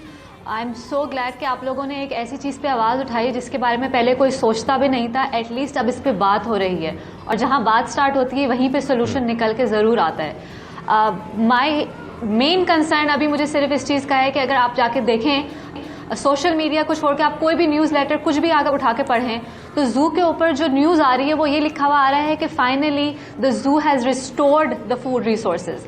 अगर हम सिर्फ इस लाइन को देख लें तो it is so emotional to me that हम कौन होते हैं जानवरों का खाना रोकने के लिए? एंड इट इज़ उन लोगों ने इस चीज़ को अग्री किया है कि फेब्रुअरी से पेमेंट रुकी हुई थी।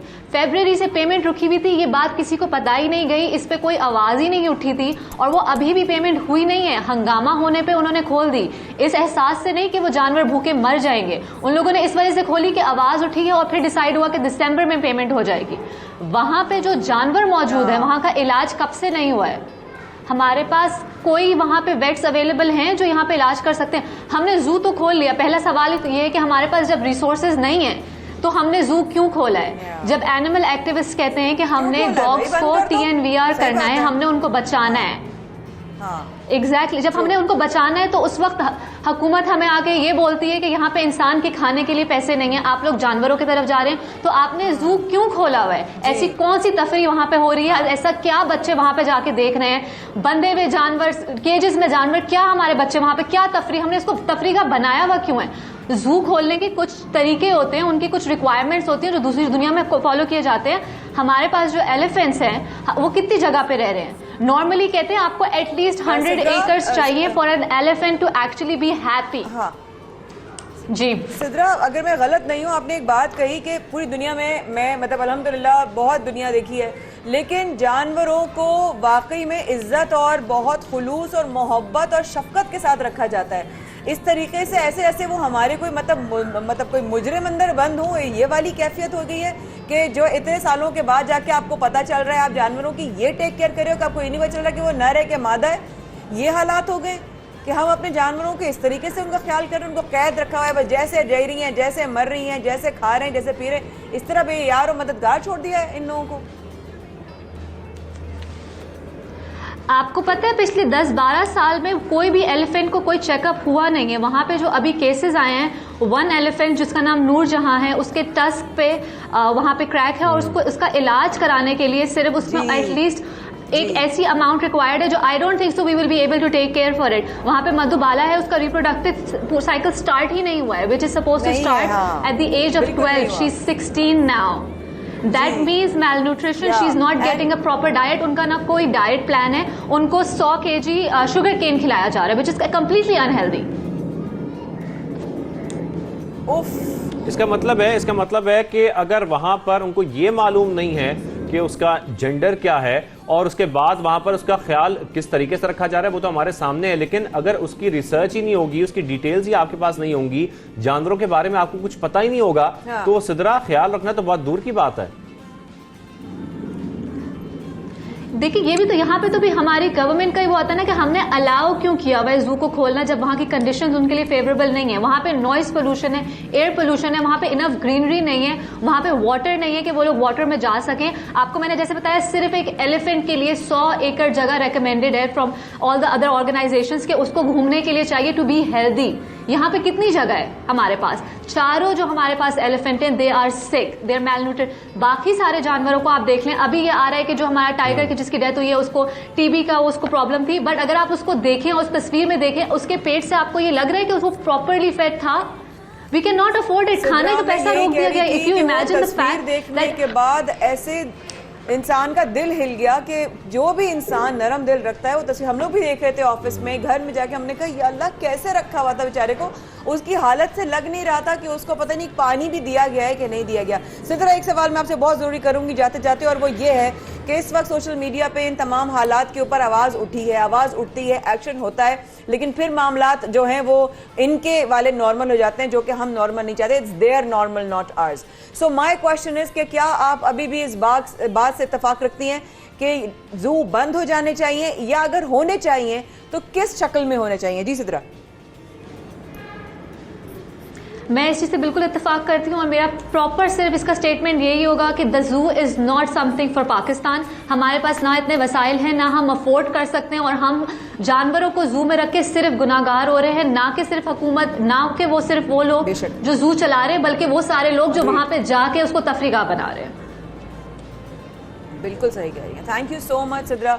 आपने वाला एनिमल राइट्स एक्टिविस्ट हमारे साथ मौजूद थी और इनसे हमने पूछा कि क्या इस वक्त की जो जू की कंडीशंस हैं, इन तमाम जानवरों को रखने की कंडीशंस क्या हैं। उन्होंने हमें इस बात से आगाह किया, हमारे सामने रियलिटी चेक दिया, हम लोगों को आम आवाम तक पहुंचाई ये बात कि क्या सच्चाई है, और सच्चाई से आपको और मजीद लेके चलेंगे। पाकिस्तान से बैनुल-अक़वामी परवास करते हैं, इंटरनेशनल कुछ मज़ेदार सी बातें हैं, तो मेरा ख्याल है लोगों को अच्छी खबरें भी दी जाएं। बिल्कुल, वो भी दी जाती हैं, और हम ये भी देखते हैं कि लोग का जो बचपन का शौक होता है, लोग कोशिश करते हैं वो आगे जाके पूरा कर लें। ऐसी एक मिसाल हमारे पास है, हम भी कोशिश करते हैं हमारे जो बचपन के शौक है हम वो पूरे कर लें, कि एक बिगेस्ट टॉय गन बनाई गई है, और ये अमेरिकी सॉफ्टवेयर इंजीनियर है जिसने अपने बचपन का शौक पूरा किया है। और अब अच्छी बात यह कि ये जो उसका शौक है ये Guinness book of world record में भी शामिल कर लिया गया है। उसने रिकॉर्ड कायम कर दिया है, 12.5 फीट लंबी खिलौना बंदूक तैयार की है। खिलौना बंदूक कभी इतनी बड़ी वैसे मैंने देखी नहीं माया, मैंने भी नहीं देखी कभी। आपको पता है कि मैं इसको देखा, मैंने कहा ये कैसे बनाई है, लेकिन शुक्र है कि अच्छी चीज़ है कि ये टॉय गन है और लोगों के लिए बड़ी इंटरेस्टिंग, विजुअली भी रिकॉर्ड भी कायम किया Guinness book of world records के हवाले से। दुनिया की सबसे बड़ी खिलौना बंदूक, आप जस्ट इमेजिन कि 12.5 फीट जो है इसका जो है वो साइज है, और ये मेरे ख्याल में बच्चों के लिए नहीं है, क्योंकि जो इसका साइज है ये जो बड़े अफराद हैं जो अपना शौक पूरा करना चाहते हैं टॉय गन से, वो इसमें क्या होगा, इसमें वो जो पानी वाली गन होती थी, पानी डाल के पिस पिस मारेंगे, क्या करेंगे? इसमें उसने बहुत सारी ऑप्शंस दी हैं। इसके साथ साथ भाई जापानीज एक फ्रूट आर्ट की आपको खबर देते हैं, बड़ी जबरदस्त खबर है, और वो ये है कि यहाँ के जो आर्टिस्ट हैं गाको, अपनी एक महारत, उनके अंदर एक हुनर अल्लाह ने दिया है उनको, और अगर आप देख सकते हैं तो दरअसल वो एक नहायत ही पेचीदा किस्म की एक फनी महारत है, जो मैंने जब देखी तो मैंने कहा ये कैसे ये बनाया गया है, ये फ्रूट पे नहीं है। लेकिन जब पढ़ी इसकी डिटेल्स तो देखने में सामने आई कि ये नक्शो निगार जो है दरअसल असली फलों और सब्जियों के ऊपर बनाए हुए हैं। जापान के आर्टिस्ट महारत जो है ना उनकी मेरा ख्याल है लाजवाब कर दिया दुनिया को। देखने वाली की नजर होती है ये वही सब्जी है जो मैं खाता हूँ, तो नहीं, ये खूबसूरत सब्जी है। वैसे इतनी खूबसूरत नक्शो निगार अगर होगी एक सब्जी पर या फल पर, तो दिल तो नहीं करेगा कि आप उसको खाएं। लेकिन ये है कि ये जापानीज वैसे रोबोट्स में बड़े मशहूर थे, ये फलों में नक्शो निगार कब से करना शुरू हुआ है? I believe they are very intelligent people. You can get anything, achieve anything when you put your mind to it. तो मेरा ख्याल है बहुत जबरदस्त किस्म के जो है ये फ्रूट आर्ट हमें नजर आ रहा है, जो एक जापानीज आर्टिस्ट जिनका नाम है गाको, उन्होंने अपने फन का जो है मुजाहरा किया, और मेरा ख्याल है बहुत महारत हासिल रखते हैं माशाल्लाह से। अगली खबर जो हम आपको दे रहे हैं वो सुनने वाली है। क्या है? ग्वाटेमाला के एक शहरी जो कि मेरा ख्याल है एडवेंचरस हैं, या उनको पता ही नहीं था वो क्या कर रहे थे, या उनको बहुत अच्छे तरीके से पता था कि वो क्या कर रहे हैं। वो छुप छुपा के कहीं जाना चाह रहे थे, और इस चक्कर में उन्होंने क्या किया कि जहाज के नीचे जो जगह होती है जहां पर उसके टायर बंद होते हैं, व्हील्स की जो जगह होती है, वहां पर वो छुप कर ट्रैवल कर गए। लेकिन उसके बाद वो पकड़े भी गए और अच्छी खासी वहां पर इन्वेस्टिगेशन भी हुई। माया बिल्कुल, वो यूएस में जब लैंड किए तो उसके बाद उनको जो है वो पकड़ा गया कि आप लैंडिंग गियर में छुपकर भाई क्या कर रहे थे, टिकट नहीं लिया, क्यों, ऐसी क्या परेशानी थी। लेकिन मेरा ख्याल है उनके आगे जो भी मामलात हुए होंगे, सफर उनका बहुत खुशगवार गुजरा होगा। ये जरूर कहा जा सकता है। और खैर उनकी सफर की डिटेल्स हम कोशिश करेंगे उनसे हासिल करेंगे कि उनका सफर कैसा गुजरा और उस हाइट पर उनका सफर कैसा था। लेकिन इसके साथ साथ आपको ये भी बताएं कि बहुत अच्छा लग रहा है तुम्हारा सूट। मेरा सूट अच्छा तो आपको लग रहा है, लेकिन ये मूंछों से तैयार नहीं किया गया है माया। ये आपको यहाँ पर मैं वाजे कर दूं, क्योंकि हम ये देख रहे हैं कि ऑस्ट्रेलियाई माहिरीन है जिन्होंने एक सूट तैयार किया है, और जो मूंछों के बाल होते हैं उनसे ये सूट तैयार किया गया है। ये बड़ा मुश्किल काम है माया, कैसे पॉसिबल है कि आप मूंछों का इस्तेमाल करके कोई सूट तैयार कर लें? मैं तो सोचना भी नहीं चाह रही कि मूंछों से ये सूट बना कैसे, और क्या वो उसकी जो क्वालिटी है, मुझे बड़ा कंसर्न हो रहा है कि अगर मैं खरीदूं क्या उसकी क्वालिटी ठीक होगी अगर हम उसको पहने। ये देख सकते हैं फुटेज में, लग तो बहुत खूबसूरत रहा है, लेकिन इसके साथ साथ ये मूंछों से तैयार किया गया है। अजीबो-गरीब सी कुछ खबर है। और इसके साथ साथ एक समाजी इदारा है जिसका ये मकसद था कि मर्दों में मूंछ रखने को तरकीब देना दी जाए, इस वजह से उन्होंने ये सूट तैयार किया है। मूंछें हो तो मतलब नथुलाल जैसी, लेकिन मुझ नहीं थे कुछ नहीं। लेकिन ये मैं बोलती हुई अजीब सी लग रही हूँ, लेकिन बहरहाल मैं कोशिश करूंगी कि मैं और बेहतर बात कर सकूं। इस वक्फे के बाद अपना साथ हमारे साथ बनाए रखिएगा। हमें शाहजेब और माया को दीजिए सुबह सवेरे पाकिस्तान में एक छोटे से वक्फे की इजाजत। We will be right back.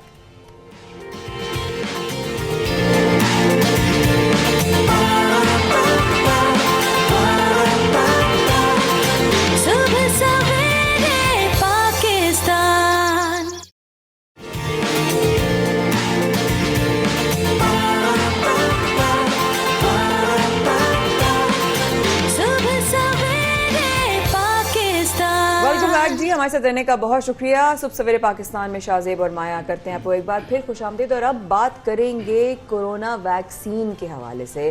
Pakistan में इस वक्त जाहिर है पूरी दुनिया में ये चैलेंज है, और अब जो बात हमारा सवाल ये पैदा होता है कि सिंध में फाइजर जो कि बूस्टर वैक्सीन है, क्या उसकी कमी है, क्या उसकी किल्लत है, ये एक बहुत अहम सवाल आया। लेकिन उसके बाद जो है वजीरे सेहत बिल्कुल अजहर बच्चो साहिबा भी ये कह रही हैं कि कुछ लिमिटेड उसकी तादाद है, लेकिन उसको डिवाइड किया जा रहा है मुख्तलिफ मराकज़ में जो अस्पताल है जहाँ पर वैक्सीन लगनी है, और मरहलावार जो है ये वैक्सीन की जाएगी। इसी पर हम बात कर लेते हैं और हमारे साथ गेस्ट भी मौजूद हैं, पार्लिमानी सेक्रेटरी बराए सेहत सिंध कासिम सुमरो साहब। कासिम साहब बहुत शुक्रिया हमें ज्वाइन करने के लिए शो में। कैसे हैं आप? खैरियत से हैं? ठीक ठाक है? कासिम साहब बहुत शुक्रिया। कासिम साहब सबसे पहले तो ये बताइएगा कि इस वक्त क्या सूरत हाल है? बूस्टर फाइजर लगाने की तैयारी की जा रही है, कितनी तादाद में इस वक्त हमारे पास मौजूद हैं बूस्टर फाइजर्स?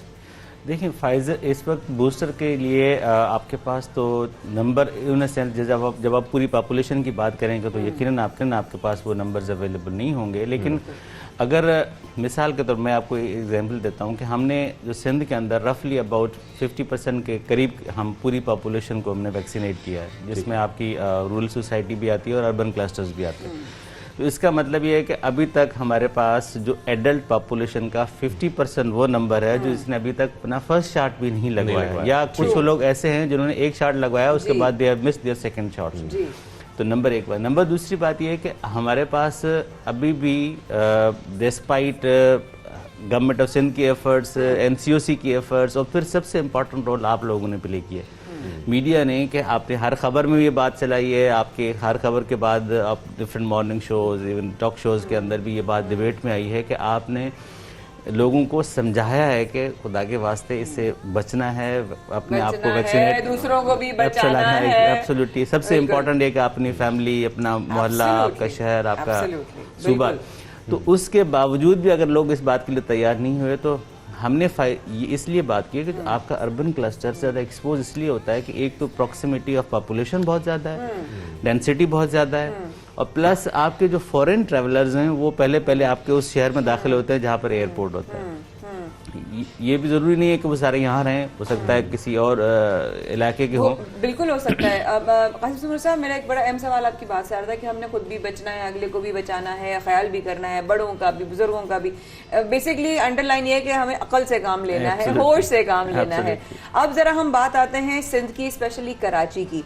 ये सवाल मेरे जहन में आ रहा है कि कितने अफराद को अब तक वैक्सीनेशन लग चुकी है, इसका क्या सिनेरियो है? मैं ये बताऊं कि आपके पास जो 2 ऐसे डिस्ट्रिक्ट्स हैं जिसमें क्लोज टू 90% हमारे पास नंबर्स आते हैं। उसकी वजह ये है कि वो मिसाल डिस्ट्रिक्ट ईस्ट है आपका, डिस्ट्रिक्ट साउथ है। उसकी रीज़न ये है कि उन डिस्ट्रिक्ट्स में क्योंकि बड़े जो है ना वो CVCs थे, तो हो सकता है कि बाकी डिस्ट्रिक्ट्स के लोग भी आके उधर वैक्सीनेट हो गए। 97% ऑफकोर्स एक डिस्ट्रिक्ट की पॉपुलेशन नहीं हो सकती। तो दूसरा इसका जो एस्पेक्ट है वो ये है कि आपके पास जो सिर्फ आपका जो स्लम एरिया है, जो स्लम क्लस्टर्स हैं, वहाँ पर हालांकि हमने टीम्स भेजी हैं, हमने इन स्लम्स के लिए स्पेशल गाड़ियाँ रखी, मोबाइल वैक्सीन गाड़ियाँ रखी कि वो जाएं, उनमें लोगों को तरवीज करें। लेकिन एक तो ये नहीं हो सकता। दूसरा, जो हमारे हाउस होल्ड खवातीन हैं, मर्दों ने जो बाहर निकलती हैं, वो तो उन्होंने जो है वो काम भी होते तो वो करवा लेते हैं। एब्सोल्युटली उन्होंने काम करवाया। दूसरा, अगर सिम के बंद होने का खतरा, ऑफिसेज के अंदर रिक्वायरमेंट, आप किसी शॉपिंग, क्यों बहुत सारे लोग सिम बंद कर देते हैं लेकिन आप सही कह रहे हैं, ऑफ कोर्स। तो ये था। तो ये जो रिस्ट्रिक्शंस मर्दों की, जो काम वाले लोग हैं या वैसे ही अदरवाइज। लेकिन यहाँ पर एक पॉइंट है कि क्या उन खवातीन के लिए जो घरों पर मौजूद हैं, कोई आप लोगों की ऐसी तैयारी है कि उनको घर पर वैक्सीन लगाई जाए? सर बिल्कुल ये तैयारी है नहीं सर, हम बहुत पहले से कर रहे हैं। लेकिन उसमें कितनी बड़ी तादाद की कवरेज अभी तक हो चुकी है जिनको आप वैक्सीन लगा चुके हैं? मेरा सर ख्याल, मैं आपको जैसे 50% का जो नंबर दे रहा हूँ ना, उसका मतलब ये कि इन 50% में वो लोग जो ज़्यादातर बाहर निकलते हैं, ट्रैवलिंग में हैं, इधर उधर जाना है, तो वो तो मोर और लेस वैक्सीनेटेड हैं। लेकिन वो लोग वो खवातीन जो घरों में बैठी हैं ज़्यादातर, और उनका ये ख्याल है कि जी हम तो बाहर जाते नहीं हैं तो हमें वैक्सीन की क्या ज़रूरत है। तो दैट्स वाई अब वो, अगर हमारी वैक्सीन टीम उनके घरों पे जाती भी है तो दे हैव एक्चुअली डिनाइड कि जी हमें वैक्सीन लगनी चाहिए। बहुत सारे चैलेंजेस हैं इस वक्त। बेसिकली हमें साइकोलॉजिकल टेंशन्स भी, चैलेंजेस बहुत हैं कि पहली डोज ही नहीं लगवाई है लोगों ने, तो थर्ड वैक्सीनेशन की तरफ कहाँ जाएंगे? लेकिन अभी आप देखें, इम्पॉर्टेंट एस्पेक्ट है कि हम इस बात के लिए बिल्कुल हमारा मुल्क बर्दाश्त नहीं कर सकता कि हम फिर खुदा ना खास्ता किसी एक्सट्रीम मेयर पे जाएं। न हमारे शहर बर्दाश्त कर सकता हूँ। सबसे इम्पोर्टेंट ये सर कि हमारे पास जो ट्रॉमा अब हम लोगों के अंदर डेवलप हुए हैं ना साइकोलॉजिकली, कि आप घरों में बंद रहें, आप अपने कारोबार भी नहीं जा सकें, प्लस जैसे आप मुख्तलिफ देखेंगे कि लोगों ने खुदकशियाँ की हैं, तो this is one of the challenge that एक लोगों के पास रोज़गार नहीं है, लोग घरों में बंद हैं, नफसियाती तौर पर उनके बड़े मसाइल हैं। हालांकि हमने एक through telehealth telemedicine हमने मुख्तलिफ डॉक्टर्स एंगेज किए यूएस से, बाकी दुनिया के ममालिक से, जिनको हमने वो नफसियाती उनके इलाज किए, लेकिन somehow it is big challenge, लोगों को एहतियात और साथ वैक्सीन। सर चैलेंज भी आपकी बात काट रही हूँ, लेकिन चैलेंज के साथ साथ कल नोटिफिकेशन आई है कि जी 10 दिन बाद तो आएगा ही आएगा। मतलब जाहिर है कि लोगों को ये बात का अंदाजा हो चुका है, बट डिस्क्लेमर आ चुका है कि मैं वार्न कर दिया आएगा। तो अब ये बताएं उसको आप कैसे इस चीज को समझाएंगे आम आवाम को कि यार आ तो रहा है। So what we should be doing, what should we be looking forward to? Most simplest thing दुनिया में इसका एक अभी आप देखें ना, जैसे हमने पहले जिस दिन जब वायरस आया था 2020 के अंदर, उस वक्त भी डॉक्टर्स को नहीं पता था कि इसकी ट्रीटमेंट क्या होगी, इसका प्रिकॉशंस। एक ही चैलेंज था, चाइना ने सक्सेसफुली किया कि लॉकडाउन कर दिए। हम ये नहीं चाहते, न हमारा मुल्क ये बर्दाश्त कर सकता है, न हम लोग ये हम एज ए सोसाइटी बर्दाश्त कर सकते हैं। तो उसका सर एक ही हल है ना, आप वही SOPs को फॉलो करें। बिल्कुल, मैं इस तरफ ही आ रहा था कि ओमिक्रॉन के पेश नजर जो नोटिफिकेशन जारी किया गया है, इसमें सख्तियां की जा रही हैं, बाजार में आपने जाना है, लेकिन हम ये देखते हैं बाजारों में कि कोई वैक्सीन कार्ड आपका चेक नहीं करता, कहीं पे कोई ऐसी चेकिंग नहीं है। इसको यकीनी बनाने के लिए कि जहां पर आप जाएं, अगर वहां पर ये पाबंदी है या नोटिफिकेशन में कहा जा रहा है कि वैक्सीनेशन कार्ड चेक होने हैं, तो उसको कैसे यकीनी बनाया जा रहा है सिंध हुकूमत की जानिब से खासतौर पर? हमारी एज ए सोसाइटी हमें वो नहीं, मैं हमेशा एक बात कहता हूँ कि हमारे पास प्रोजेक्ट्स होते हैं, हमारे पास पॉलिसीज होती हैं, लेकिन the part which is missing from everybody's part, whether it is a government और सोसाइटी, वो है पैशन। वो जो हमें अपने लिए, अपने फैमिली के लिए, अपने मुल्क के लिए जो सोचना चाहिए, वो पैशन, वो हम समहाउ अपने ज़ाती अना ईगो में जाके ना उसको मिस कर देते हैं। तो आप बिल्कुल सही कह रहे हैं, और इसी पॉइंट को मैं जोड़ूंगी कि अगर हम अब सिंध की बात करते हैं, अपने सूबे की भी बात करते हैं, कि अगर यहाँ पर अब हमें सख्ती करनी है, यहाँ पे हमें प्रिकॉशनरी मेजर्स लेना है, उसके लिए कितनी सख्ती हो रही है, या फिर सिर्फ वैसे ही सिर्फ कह दिया गया है, कहने की हद तक? नहीं, हम सख्ती तो उस वक्त करेंगे जब खुदा ना खास्ता हम समझेंगे कि अभी तो हम ये चाह रहे हैं कि लोग जिस तरह से हमारे साथ कोऑपरेट किया है पहले, अब हमारे अर्बन क्लस्टर्स हों या हमारे रूरल क्लस्टर्स हों, लोगों ने जिस तरह से कोऑपरेट किया है, हम चाहते हैं कि लोग अपनी रिस्पॉन्सिबिलिटी खुद फील करें। सरकार जो है ना वो किसी सूरत में किसी डंडे का जो है, आप लोग कोई सख्तियां नहीं करने जा रहे? नहीं, सख्तियां हम तो करने जाएंगे, लेकिन हम चाहते हैं कि पहले इस बात के लिए आप हम सब मिलके एक ही बात सबक पढ़ाएं कि जी आपको जब तक आप SOPs को फॉलो करते रहेंगे, खुदा ना खास्ता हम किसी एक्सट्रीम मेजर पे पहली डोज तो लगवाएं, पहली डोज तो लगवाएं, बूस्टर्स तो लगवाएं, एहतियात तो करें, मिलने के लिए थोड़ा सा रिफ्रेन करें, लोगों से जाना, इस पे थोड़ा सा सख्ती करें। बेसिकली सख्ती आप चाह रहे हैं कि हम खुद अपने ऊपर करें ताकि हुकूमत को करना ना पड़े। हुकूमत नहीं, हुकूमत का काम एंड ऑफ द डे यही आ गया ना कि आप हर चीज तो हुकूमत पे नहीं डाल सकते ना। रिस्पॉन्सिबल जो नेशंस का, रिस्पॉन्सिबल नेशंस का यही रोल होता है ना कि आप अपने तौर पर थोड़ा सा एक्ट आप करेंगे तब सरकारों।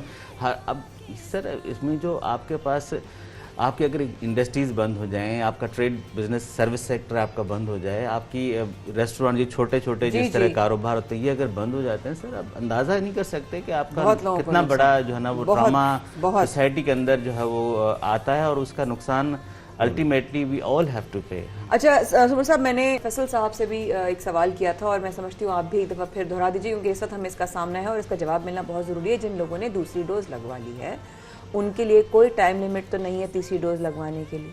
कोई सख्ती तो नहीं है? देखें हमें या उनको दोबारा से डबल डोज करवानी पड़ेगी? नहीं, ये ज़रूरी नहीं है बिल्कुल भी, एक डोज पे भी। लेकिन वो जो हमें पहले बताया गया था, उसकी गाइडेंस जो हमें पहले भी आई थी, वो ये आई थी कि आफ्टर 90 डेज अगर आपके पहले 2 शॉट लगे हुए हैं, उसके बाद आप बूस्टर शॉट, जैसे हमारे पास ये हमें एडवाइजेस मिली हैं कि जी आप अगर जो चाइनीज़ वैक्सीन थी उसके भी आप एक dose single dose as a booster shot लगवा सकते हैं। बाकी जो हमारे पास फाइज़र या मॉडर्ना की जो वैक्सीन हैं उनके भी आप बूस्टर शॉट ले सकते हैं, एक शॉट भी ले सकते हैं। कोई एक्स्ट्राऑर्डिनरी मेजर करना चाहता है तो दोनों शॉट भी ले सकता है, लेकिन दिस इज इस पर कोई पाबंदी नहीं है एट द मोमेंट। और 90 डेज़ के बाद जो आपके पहले 2 डोज लगे हैं, या फिर अगर आपको खुदा ना खास्ता किसी को कोविड हुआ तो उसके 1 मंथ के बाद वैक्सीन लगवा सकता है। लेकिन this is how I mean vaccine की अवेलेबिलिटी के पॉइंट ऑफ व्यू से, चूँकि हमने ये जो सवाए चाइनीज़ वैक्सीन के बाकी हमने कोई वैक्सीन ख़रीदी नहीं है, ये हमें दोस्त ममालिक की तरफ से गिफ्ट मिली है या कोवैक्स की तरफ से हमें मिली है। So we are not the choosers, I don't want to say anything else. बिल्कुल, मैं समझ गई आपका इशारा। बहुत शुक्रिया कालिम सुमर साहब, आपने वक्त निकाला और आज कोविड की करंट सिचुएशन के हवाले से हम सबकी रहनुमाई की। इंशाल्लाह आपको आगे भी तकलीफ देते रहेंगे। और अब बढ़ते हैं शाहजेब हम उस खबर की तरफ जिस पे मतलब कहीं ना कहीं हम पर्सनली भी डिस्कस करते रहते हैं। बिल्कुल, मोदी हुकूमत की हम बात करेंगे जहां पर एक बार फिर नफरत जीत चुकी है। और नफरत जीतने की वजह यह है कि वहां पर जो बीजेपी है और वहां के जो मुसलमान हैं उन्हीं पर वो जमीन तंग करती जा रही है, उनको तंग कर रही है, मुसलसल तंग कर रही है। यहां तक कि जो फनकार हैं उन्हें तो जो अमन है उसका सफीर समझा जाता है और उन्हीं फनकारों को तंग किया जा रहा है। इस हद तक तंग किया जा रहा है कि वहां पर एक मुसलमान जिनका नाम मुनव्वर फारूकी है, वो स्टैंड अप कॉमेडियन है और उनको इतना ज्यादा तंग किया जा रहा है, उनके शोज बंद करा दिए गए हैं। यहां तक कि जो समाजी वेबसाइट है ट्विटर भी, उस पर भी उन्होंने इन ख्यालात का इजहार किया है। इतनी इंतहा पसंदी का शिकार हो चुके हैं कि अपने ही हिंदुस्तानी मुसलमानों के साथ आप ज्यादती पर आ गए हैं, उनको टारगेट कर रहे हैं, उनको आप इस बात का निशाना बना रहे हैं क्योंकि सिर्फ वो एक मुसलमान है और एक कॉमेडियन है, एक आर्टिस्ट है। एक आर्टिस्ट होता है ना, वो किसी मुल्क का होता है ना वो किसी जगह का होता है, वो पूरी दुनिया का होता है, पूरी दुनिया में इसलिए उनको अम का सफीर कहा जाता है। अम का सफीर कहा जाता है। इसी पर हम बात कर लेते हैं। हमारे साथ इस वक्त मौजूद हैं दिफाई तज्जियाकार नवाज साहब। हर्ष नवाज साहब, बहुत शुक्रिया हमें ज्वाइन करने के लिए। हर्ष साहब, ये क्या हो रहा है? फनकार तो अम के सफीर समझे जाते हैं, तो हम देख रहे हैं कि भारत में जिस किस्म का जुल्म किया जा रहा है, खासतौर पर उन मासूम लोगों पर जो कि अपनी स्टैंड अप कॉमेडी कर रहे हैं, अपने कुछ जो है वो कमाने का जरिया बनाया उन्होंने किसी काम को, उन्हें इस तरीके से तंग किया जा रहा है। ये किस किस्म का भारत है और ये क्या चाहते हैं? अमन कैसे कायम होगा फिर दुनिया में, खासतौर पर पाकिस्तान और भारत में? देखें, ये एक जो नरेंद्र मोदी और इसके साथ 4-5 का हिंदू इंतहा पर टोला है, अमित शाह है, राजनाथ सिंह है, अजीत डोभाल है और नरेंद्र मोदी, ये आरएस की आइडियोलॉजी पे चल रहे हैं। इनटॉलरेंस इनके अंदर है और ये भारत को एक अखंड भारत, हिंदुत्व की प्रचार करते हैं और चाहते हैं कि यहाँ सिर्फ हिंदू स्टेट रहे, ना यहाँ पर कोई माइनॉरिटी ना रहे। इवन आपने देखा ये दलित के साथ जो इनकी अपनी एक कास्ट है, उनके साथ कितनी जुल्म और बर्बरियत करते हैं। और उसके बाद ये चाहे आपके सामने सिख कैसे खड़े हो गए हैं, फिर किसानों के साथ उन्होंने क्या किया, मुसलमानों के साथ, फिर CAA NRC एक एक्ट्स लेकर आए हैं जिसमें साफ पता चलता है कि वो तमाम मुसलमानों के सख्त खिलाफ हैं। वहाँ पर इतनी ज़्यादा इंटॉलरेंस सोसाइटी में हो चुकी है कि इस वक्त ये सिर्फ और सिर्फ हिंदुओं के लिए कहते हैं हिंदुस्तान है, जबकि इनका जो एक पहला इनका एक चेहरा था सेकुलरिज्म का, वो भी ख़त्म हो गया। जो जुल्म बर्बरी थी कश्मीर में मुसलमानों के साथ कर रहे हैं, फिर उसके बाद पैलेट गन से औरतों बच्चों बूढ़ों को ये ब्लाइंड कर देते हैं, फिर जी लिंचिंग जो की जाती है वहाँ पर, फिर उसके बाद अब ये देखें एक कॉमेडियन या आर्टिस्ट जो होते हैं, दे हैव नो बाउंड्रीज। ये तो अमन का पैगाम लेके जाते हैं, आपको हंसाते हैं, दुनिया को कराता है और उसको हर जगह पर उसको ब्लॉक कर देना, मना कर देना, शो कैंसिल कर देना। और मुझे हैरान है कि जो मॉडर्न सोसाइटी इंडिया की मॉडरेट, वो भी ज्यादा नहीं बोले, इसलिए they are all scared of this terrorism. ये इतना इस वक्त इंतहा को जी साहब, मेरा अगला सवाल यही था। बिल्कुल, आप जो बात कर रहे हैं, आपकी बात काटी, माफ कीजिएगा, लेकिन आपने यही कहा कि फनकार तो फनकार होते हैं, फनकार सबके होते हैं, तो ये क्या यूनाइटेड नेशंस में इसके हवाले से कोई कदम या आवाज नहीं उठाई गई? क्या मतलब हिंदू गवर्नमेंट जो है वो तमाम इतने इंतहा पसंदी का शिकार हो गए कि वो उनके लिए दायरा तंग कर रहे हैं, जमीन तंग कर रहे हैं, सिचुएशंस कहते हैं ना ऐसी क्रिएट की जाए कि इंसान खुद ही तंग आ जाए? What do you have to say about that? देखिए, असल बात यह है कि अमेरिका, नेटो, यूरोपियन यूनियन को इंडिया की ज़रूरत है। They are using India as a proxy against China, और चाइना के साथ जो ममालिक भी चाइना की सपोर्ट में है, जैसे पाकिस्तान है, उनको भी कंटेन करना चाहते हैं। उनके लिए ज़रूरत है, इसलिए वो अपनी नज़रें दूसरी तरफ कर लेते हैं। बट ह्यूमन राइट्स के चैम्पियन जितनी बात करते हैं आपके सामने, जब अफगानिस्तान में तो वो ह्यूमन राइट्स की औरतों की बात करते हैं, कश्मीर में जो जुल्म बर्बरी तो उसकी बात नहीं करते हैं, इंडिया के अंदर जो जुल्म किया जा रहा है वो बात नहीं की जाती। दैट मीन्स कि ये सिर्फ एक उनकी अपनी प्रायोरिटीज हैं। चाहे United nation human rights watch हो, बड़ी बड़ी बातें की गई, यूएस ने बड़ी बातें की, लेकिन बात यह है कि जब आपके दूसरे इंटरेस्ट होते हैं, उनको चाइना के खिलाफ इंडिया चाहिए, साउथ चाइना सी में चाहिए। अभी आपके सामने हम देखें क्वाड ग्रुप बने जिसमें इंडिया, ऑस्ट्रेलिया, जापान और अमेरिका हैं। हर जगह पर इंडिया को वो सामने रखते हैं। Pakistan is an Islamic country, Pakistan nuclear country, और अगर हम इकोनॉमिक तरक्की करेंगे तो हम अपने फैसले अपने मुल्क के मफादात में करेंगे। इसीलिए वो सी पैक के लिए इंडिया को अफगानिस्तान के थ्रू, आपने देखा बलोचिस्तान में क्या हो रहा था, सब हर वक्त डिस्टर्बेंस की जा रही थी, दहशतगर्दी की जा रही थी कि किसी तरीके से पाकिस्तान इकोनॉमिक तरक्की ना करे, और इंडिया उनका टूल है। India is a proxy. India के हेजमोनिक डिजाइन में Pakistan is a stumbling block. These are the factors why India, America, NATO और उसके वजह सब खामोश बैठे हुए हैं। बट ये देखें, एक ह्यूमन राइट्स की पॉलिसी की बात करें कि पाकिस्तान में अगर हम दहशतगर्द को फांसी की सजा देते हैं तो ह्यूमन राइट ऑर्गेनाइजेशन शोर में जाना शुरू कर देते हैं, और इधर इंडिया में जो जुल्म है कोई बात नहीं कर रहा। आई थिंक ये United Nation will have to revisit their policy, और उसमें ये इन चीज़ों को बहुत एहतियात करनी चाहिए। और हर साहब, इसके बाद तो भारत को डेमोक्रेसी की बात ही नहीं चाहिए, लेकिन इसके साथ साथ ये भी कहा जा सकता है, आप समझते हैं कि वहां पर पाकिस्तानियों और जो मुसलमान हैं उनसे दुश्मनी का वोट हासिल करती है बीजेपी? इसलिए करती है कि ये आरएस के जो गुंडे हैं, ये इलेक्शन डे पे उसे 2-3 दिन दे वॉर्न के वी आर वॉचिंग यू। जिसने ये बीजेपी को वोट ना दिया उसके लिए इंडिया में जगह नहीं रहेगी, उसकी फैमिली को नुकसान पहुंचाएगा, बच्चियों को उठा के ले जाएंगे अंडर ड्यूरस स्ट्रेस एंड स्ट्रेन, वो जबरदस्ती होते हैं, और ये वजह है जिसकी वजह से प्रॉब्लम हो रही हैं। अदरवाइज आपके सामने जिस तरीके से वहाँ पर वो बाबरी मस्जिद का किया गया, उसके बाद कश्मीर में जो कुछ हो रहा है, इन न्यू दिल्ली में जो किया गया, किसानों के खिलाफ किया गया, तो उनकी पॉलिसी बड़ी क्लियर है, दे हैव नो डाउट। और ये नरेंद्र मोदी, इंशाल्लाह आप देखेंगे, अगर सोवियत यूनियन की 15 रियासतें टूट सकती हैं तो इंडिया की फौज ऑन ट्रेड है, अनप्रोफेशनल है। हमने 27 फरवरी को आपने देखा किस तरीके से इनके 2 जहाज़ गिराए, और हैरानी की बात ये है कि जो जहाज़ गिरा उसके 4 मिसाइल इंटैक्ट, एक उसने मिसाइल फायर नहीं किया अभिनंदन ने, और उसको वीर चक्रा दे दिया जो कि 3rd हाईएस्ट गैलेंट्री अवार्ड है। इससे अंदाज़ा लगाएं कि ये कितने पागल, कितने ये हिंदुइज्म में पागल हो चुके हैं कि इनको कोई चीज़ नजर नहीं थी। दुनिया ने इस बात कर दी कि पाकिस्तानी जहाज नहीं गिरा, लेकिन नहीं माने। बिल्कुल सही कह रहे हैं, वो वाले सिनेरियो तो हम सब ने देखा और पूरी दुनिया उसकी विटनेस रही है, डेफिनेटली फॉर श्योर। बिल्कुल सही कह रहे हैं। और इसके साथ साथ हारिस नवाज साहब, अभी रिसेंट एग्जांपल हमारे पास है, जब एक आबदोज भी यहाँ पर आने की कोशिश कर रही थी, तो ये जगहसाई का सामना उनको करना पड़ेगा बार-बार। इस बात को भी नहीं मानते। देखें, आबदोज अगर समुद्र में डिटेक्ट हो जाए, that mean it is a sure kill, it can't go. और डिस्पाइट द फैक्ट ये नहीं मानते। इससे पहले भी 27 फरवरी के बाद भी पकड़ी गई थी एक रिफाइनरी, दोनों दफा पे हमारी नेवी ने अपने रिकॉनेसेंस एयरक्राफ्ट के थ्रू पिक कर लिया, और पिक होने के बाद आबदोज कभी भी एस्केप नहीं कर सकती, that mean it is gone. यहाँ तक है, लेकिन ये नहीं मानते, इसलिए मैं ना मानूँ कि रट लगाई हुई इन्होंने इतना सख्त। चाइना के खिलाफ मुझे बताइए कि कितना चाइना ने इनको गलवान वैली में मारा, डंडों से मारा, और ये फिर भी नहीं मानते। अब लोगों से छुपा कर, लेकिन बातें क्लियर हो गई। अब प्रॉब्लम ये है कि पाकिस्तान की बैटल हार्डन फौज है, we are very well train, हमने मुल्क से दहशतगर्दी खत्म कर दी जो लेकिन हारिस साहब ये बार बार ऐसी हरकतें करते हैं, ये बाज क्यों नहीं आते? क्यों नहीं, मैं भी सोचती क्यों नहीं बाज आते भाई? इसलिए कि अपनी पब्लिक को ये गलत तासुर देना चाहते हैं कि हम इनकी क्यों फौज अनट्रेंड है, इनकी फौज के जवान के खिलाफ बोलते हैं। तो ये अपने लोगों को सिर्फ ये बताने के लिए कि हमने बहुत बड़ी हमारी सूरमा फौज है। कश्मीरियों में देखें कैसे औरतों का जुल्म करते हैं। अली गिलानी 92 ईयर्स के ओल्ड मैन की बॉडी तक उठा के ले गए, उनको तंग किया इन्होंने।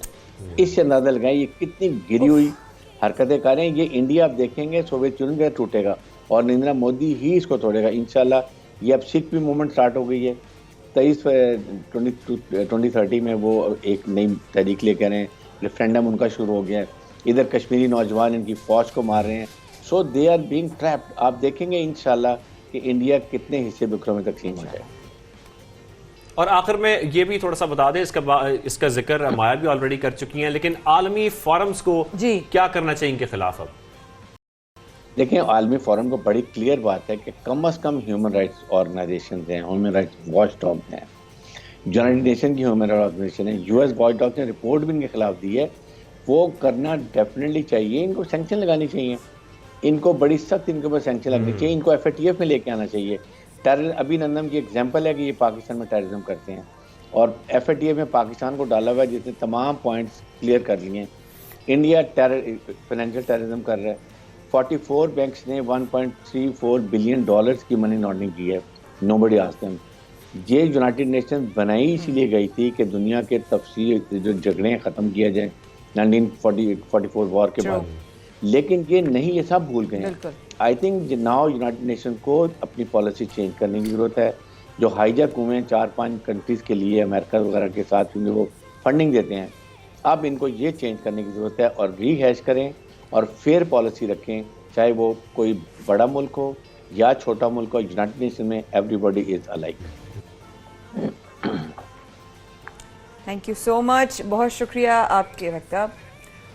तो आपके वक्त का बहुत शुक्रिया, आपने रहनुमाई की हमारी, और डेफिनेटली आज बहुत सारी चीज़ें और भी क्लियर हो गई होंगी कि भाई शाहजेब दरअसल उन लोगों का माइंडसेट चल क्या है। बिल्कुल, यूनाइटेड नेशंस में सब बराबर है, जैसे कि हारिस नवाज साहब भी कह रहे हैं, और जिस तरीके से उनका जुल्म चल रहा है भारत में, खास तौर पर अभी कुछ अर्से पहले हमने किसानों को भी देखा, वो एहतजाज करते रहे, वो मामला भी चलता रहा, सोशल मीडिया पे videos viral, everybody can see, दुनिया तो देख रही है ना। माय पॉइंट है शाहजेब, अब सोशल मीडिया एक बहुत बड़ी ताकत बन चुका है ना। अगर जो है वो फॉल्स चीजें अगर वो लोग बढ़ाएंगे तो सच चीजें भी तो चाइना ने फिर जवाब दे दिया ना।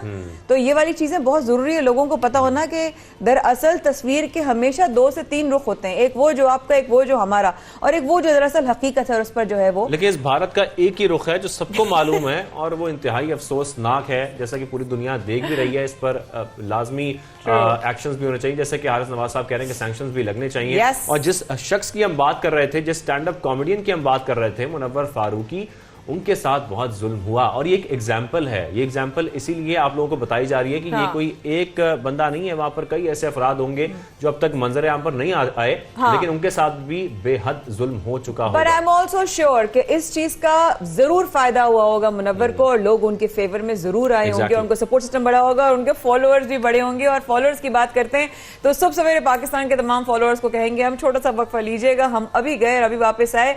ये फॉलोइंग और मोहब्बतें बढ़ती रहेंगी। इस वक्फे के बाद we'll be right back.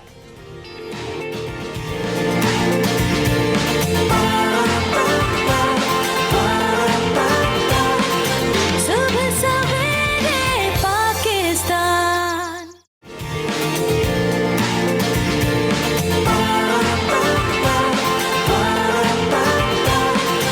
सुबह सवेरे पाकिस्तान। अर्ज किया है, लाजिम है तेरा अक्स मेरे ख्याल में, लाजिम है तेरा अक्स मेरे ख्याल में, है हकीकत या इसे लूं मलाल में, मैं हूं या मैं मुकम्मल हो चुका, कितनी वहशतें हैं इस एक सवाल में। ये इतना शायराना माहौल आपने बनाया हुआ, मेरे ख्याल में कुछ खबरें भी शायराना ही हैं। बिल्कुल, एक बार फिर बात करने का बहुत शुक्रिया। Good morning. सुबह सवेरे पाकिस्तान में शाहजेब और माया आपका करे से इंतजार, या हमने थोड़ा सा शायराना माहौल बना दिया, उसकी वजह है ये तो खैर इंसान हैं जो शायरी कर रही हैं, लेकिन अब कुछ रोबोट आ रही हैं, ऐसी फीमेल रोबोट्स जो कि शायरी करती हैं, इंसानों को नकल करती हैं और बिल्कुल उनके तरह ही रिएक्ट करती हैं हर चीज़ पर। तो ये एक इंटरेस्टिंग खबर जो आ रही है टेक्नोलॉजी की दुनिया से कि इंसानी ज़िंदगी का हिस्सा बनते जा रहे हैं रोबोट्स, और मुझे लगता है कि बहुत जल्द हमें ये रिप्लेस कर देंगे। बिल्कुल, इसीलिए मैंने शेर पढ़ा कि देखो एक इंसान के पढ़ने में कितना फर्क और खूबसूरती होती है, लेकिन ये जो रोबोट है ये शायरी भी करती हैं और किसी का दिल चाहे, मतलब सोचने वाली बातें मैं इमेजिन नहीं कर सकती, लेकिन एक खूबसूरत सा रोबोट जो है वो जो फीमेल शक्ल में हो, वो शायरी कर रहा हो, तो वैसे ही लोग जो है वो अटेंशन उनको मिल जाती है। और अगर इनके वाले से बात करें तो ऑक्सफोर्ड के इंजीनियर ने एक ऐसी फीमेल रोबोट तैयार की है जो शायरी करती हैं। ये दुनिया के लिए एक बहुत ही हैरान कुन खबर है। इनका जो ताल्लुक है वो है जनाब एड नामी जो रोबोट, इनका नाम ईडा नाम है इनका, ईडा प्रोनाउंसिएशन है इसकी करेक्ट। और इसके बाद ऐसे कैसा लगेगा शाहजेब तुम्हें रोबोट फीमेल तुम्हें देखकर शायरी कर रही हो, कैसा शायरी लगे? कर रही हो, खूबसूरत लेकिन हो, कितने प्यारे प्यारे मैं बाल है, देख रहा हूँ मतलब कि इनकी शक्ल भी तकरीबन कुछ इंसानों जैसी ही उन्होंने बनाई है, तो आपको ये महसूस ना हो कि आप किसी रोबोट से बात कर रहे हैं। हाँ। वो तकरीबन इंसान ही लग रही हैं और जो उनकी आदत हैं वो भी कुछ इंसानों जैसी हैं, शायरी भी करती हैं, बातें भी करती हैं, आपको नकल भी करेंगी, जो आप करेंगी वो उसका जवाब भी देंगी। तो क्या ऐसा ऐसा शायद तुम्हारी बात काट रही हूँ, लेकिन क्या ऐसा ऐसा लग रहा है कि रोबोट्स हमारी जिंदगी में टेक ओवर कर रहे हैं, इंसान एक दूसरे से दूर हो गया है, या इंसान के लिए एक दूसरे के लिए टाइम नहीं रहा, या हम इतने मसरूफ हो गए कि we don't have time, we don't take out time एक दूसरे के लिए? क्या मतलब ये देख के इसको हम ये कह सकते हैं कि अब दौर बदल रहा है। अब इंसान जो है वो उनकी इतनी जरूरत शायद आगे जाके ना पड़े, क्योंकि जब रोबोट्स आ जाएंगे हर काम रोबोट्स करेंगे। इवन अब गाड़ियों का हम जिक्र कर रहे थे कल कि अब गाड़ियां भी ऑटोमेटिकली सेल्फ ड्रिवन पर आ चुकी हैं। जब गाड़ियां खुद ड्राइव होंगी, रोबोट्स होंगे, तो फिर हम कहाँ जाएंगे माया? पता नहीं कहाँ जाएंगे, लेकिन उम्मीद कर सकते हैं कि हम उस हालत में ना मिलें जिस हालत में जो है अगली हमारी जो मम्मी मिली है। ऐसे एक खबर ये भी आई थी कि कुछ एंकर्स भी आते जा रहे हैं जो कि रोबोटिक एंकर्स हैं, तो हमें अब इसके लिए भी तैयार रहना चाहिए कि रोबोटिक एंकर्स भी मंजर आम पर आते जा रहे हैं। आगे बढ़ते हैं, एक मम्मी का जिक्र कर लेते हैं। ये वो मम्मी नहीं है, ये मम्मी वो है जो दरियाफ्त हुई है। आसार कदीमा का हम जिक्र कर रहे हैं और ये मम्मी दरियाफ्त की गई हैं पेरू से, सरजमीन पेरू, जहां पर रस्सियों में जकड़ी मम्मी दरियाफ्त हुई। और माहिरीन के मुताबिक दारुल हुकूमत लीमा से 25 किलोमीटर दूर से ये दरियाफ्त हुई है और इसे बड़ा इंपॉर्टेंट कहा जा रहा है। इसके साथ साथ ये भी कहा जा रहा है कि किसी नौजवान की ये मम्मी है, नौजवान की मम्मी है। अगर शाहजेब आप इसकी विजुअल्स देखें ना, तो ये इतनी बुरी तरीके से स्ट्रैंडेड यानी कि बंधी हुई है रस्सियों में कि मतलब ममीज की सिचुएशन अगर हम देखें, जो हमने ज़्यादातर हम ममीज का जब सुनते हैं तो इजिप्ट का ख्याल आता है, पिरामिड्स का ख्याल आता है, तो हम देखते हैं कि वहाँ पर उनको सीधा सीधा जाहिर है उनको रैप किया जाता है, उसमें उनके मसाले और सारे चीज़ें लगा के उनको जो है वो रखा जाता है ताकि वो सालों साल वैसे ही निकले। ये भी यही तरीका अपनाया गया था कि सालों साल बाद जब भी ये इनकी बॉडी मिले उसी हालत में मिले। लेकिन सवाल ये पैदा होता है कि इस पोजिशन में क्यों बंधी हुई है, मैं ये सोच रही हूँ कि क्या रीजन हुआ होगा। और हैरत अंगेज दास्तानों की जो सरजमीन है पेरू, वहां से ये दरियाफ्त हुई है। माहिरीन भी इस पर बड़े हैरान और परेशान है। वो भी यही कह रहे हैं कि ये इतनी अहम दरियाफ्त इस वक्त होना ये उनके लिए भी बड़ा हैरानकुन था। और ये दरियाफ्त होने के बाद अब इस पर मजीद तहकीक की जाएगी, मजीद इसकी तफसीलात जो हैं कुछ अरसे में सामने आएंगी। 800 years old, 800 साल पुरानी ये बॉडी उसी हालत में तकरीबन मिली है। क्या कहानी होगी इस इंसान की, कौन होगा ये नौजवान, क्यों इसको स्ट्रैंडेड किया गया? लेकिन अब जो खबर बता रही हूँ वो सबसे प्यारी खबर है आज की, और बताना चाहूँगी कि एक नौजवान, एक आर्टिस्ट, कराची के एक आर्टिस्ट हैं जिन्होंने दुनिया का सबसे बड़ा कुरान मजीद सुभान अल्लाह स्कल्प किया है। और ये इन्होंने एक ऑरेंज के ऊपर स्कल्प किया है। ये कोई पेंटिंग नहीं है, कुछ नहीं है, लेकिन कुरान मजीद से लाजवाल मोहब्बत और ये जो मुस्बत अक्कासी करता हुआ ये जो कुरान पाक उन्होंने स्कल्प किया है कीनू के ऊपर, इसकी अपने आप में कोई मिसाल दूसरी नहीं। इसमें मुख्तलिफ रंगों का इस्तेमाल किया गया है और इससे ये कहा जा रहा है कि दुनिया का सबसे बड़ा कुरान है जिसे दुबई एक्सपो में पेश किया जाएगा। कैनवस के ऊपर उन्होंने ये स्कल्प किया है। ये आपको दिखाते हैं, हमने वहां जाकर उनसे गुफ्तगू भी की, इसके बारे में जानने की कोशिश की। जी शायद और आप ही गए थे कवर? मैं ही ये गए थे और अकेले अकेले चले गए, जबकि हर जगह मैंने इनको जो है याद किया है और ये चले गए। लेकिन जो खूबसूरत मंजर मैं देखने के लिए बेताब हूँ, आई एम श्योर आप भी उतने ही बेचैन होंगे कि जब शाहजेब गए तो वहां पर शाहजेब ने क्या देखा और हम सब अब क्या देखने वाले हैं। काम किया जा रहा है इस पर, इस पे कोई तकरीबन 2016 में हमने इस काम का आगाज़ किया था और तब 5 साल हो चुके हैं और अपने इसका एक हिस्सा मुकम्मल हो गया है। और दुबई एक्सपो में सूरह रहमान हम एग्जिबिट करने भी जा रहे हैं।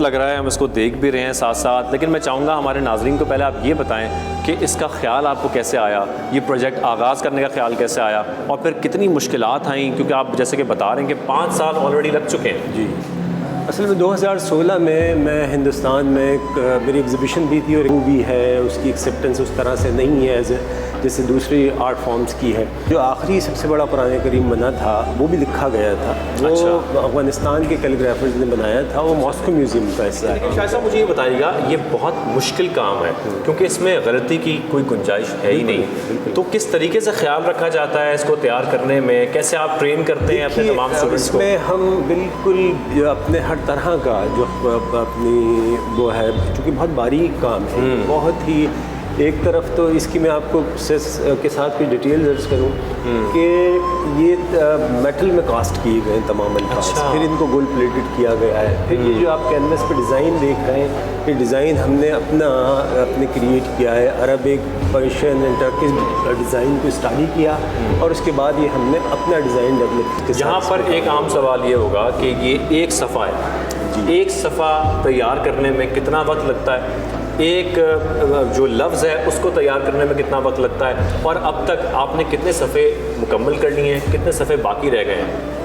देखिए, एक अपने शुरू के जैसे मैंने अर्ज़ किया 2 सफ़ात 2 साल में बने, 2 सफ़ात 2 साल में मुकम्मल हुए। हाँ, लेकिन उसके बाद जब हमने अपने तमाम आर्टिस्टों को इंगेज किया और पूरी टीम डेवलप की, तो अब इस पे माशाल्लाह तो 200 आर्टिस्ट इस पे काम कर रहे हैं, जिसमें पेंटर भी हैं, स्कल्पटर भी हैं, कैलीग्राफर भी हैं, मिनीचर आर्टिस्ट भी हैं, डिज़ाइनर्स भी हैं। तो इस तरह से और अब तक हम इसका एक हिस्सा मुकम्मल कर चुके हैं। जिसे मैंने अर्ज़ किया कि सूरह रहमान, जिसको कुरान का दिल कहा जाता है, वो हमने वो एग्जिबिट करने जा रहे हैं हम दुबई एक्सपो में। शाहिद साहब, कितना खर्चा अब तक हो चुका है? एक सफ़े पर कितना खर्चा आ जाता है? देखिए, वो उस तरह से हमने कैलकुलेट नहीं किया, लेकिन इसकी कुछ तफसीलात मैं आपसे शेयर करूँ कि इसमें जो सफ़ात की तादाद है वो 550 है। ठीक है। और अपने जो अल्फाज हैं वो तकरीबन 80,000 के करीब अल्फाज हैं। ठीक है। एक सफ़े पे तकरीबन 150 के करीब अल्फाज इस्तेमाल हो रहे हैं। अच्छा, इसके साथ साथ मुझे ये भी बताएं कि जब आपको ख्याल आया और आपने फ़ैसला किया इस प्रोजेक्ट को स्टार्ट करने का, इसका आगाज़ करने का, क्या ख्यालात थे, क्या एहसासात थे, क्या जज्बात थे, और कैसा महसूस कर रहे थे कि अब आप इस प्रोजेक्ट पे काम करने के लिए तैयार हो गए हैं और अब तकरीबन 10 साल लग जाएंगे? बड़ी कंसिस्टेंसी चाहिए होती है इसके लिए। कुरान की जो रूहानी अहमियत है, उसके साथ साथ इसकी जो कल्चरली ये हमारी कल्चर का एक अल्टीमेट पार्ट है, उसकी बड़ी इम्पोर्टेंस है। और फिर ये चूँकि ऐसा हुआ नहीं है, किसी ने अब तक किया नहीं, तो जब मैंने इसको शुरू किया तो मैंने इसको सोचा कि इसको ये पाए तकमील तक कैसे होगा, ये ख्याल भी आया। लेकिन जब अपने इस पे काम का आगाज़ कर दिया अपने अल्लाह का नाम लेकर, तो फिर ये हुआ कि इंशाअल्लाह ये मुकम्मल भी वही करवाएगा जिसने इसको शुरू करवाया है। ठीक है। और इसके साथ साथ अब आखिर में मैं आपसे ये जानना चाहूँगा कि ये मुकम्मल कब तक हो जाएगा, और मुकम्मल होने के बाद इसको फाइनली कहाँ रखा जाएगा, कहाँ पेश किया जाएगा? देखिए, ये उस तरह से किताब की शक्ल में नहीं होगा, बल्कि इसके लिए पूरा कुरान म्यूज़ियम बनाया जाएगा।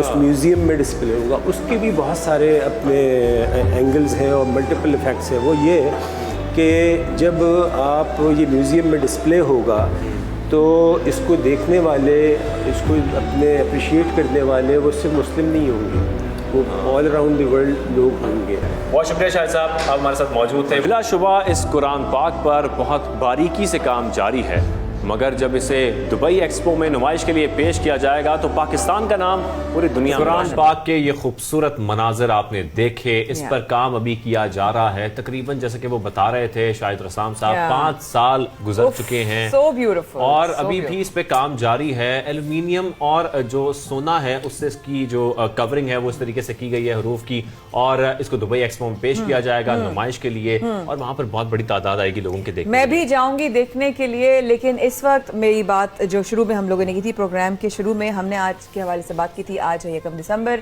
दुनिया में HIV एड्स का ये आलमी दिन जो है बहुत बहुत खुलूस और एहतराम से मनाया जाता है। उन लोगों की याद में 1988 में इसकी बुनियाद रखी गई, सिर्फ और सिर्फ इसलिए जिन लोगों ने इस HIV एड्स के हाथों अपनी जान खोई या वो इसके मर्ज में मुब्तला हुए। आज इस हवाले से बात करने के लिए हमारे साथ मौजूद है general secretary Pakistan medical association से डॉक्टर कैसर सज्जाद साहब। अस्सलाम वालेकुम कैसर भाई, वक्त निकालने के लिए बेहद शुक्रिया।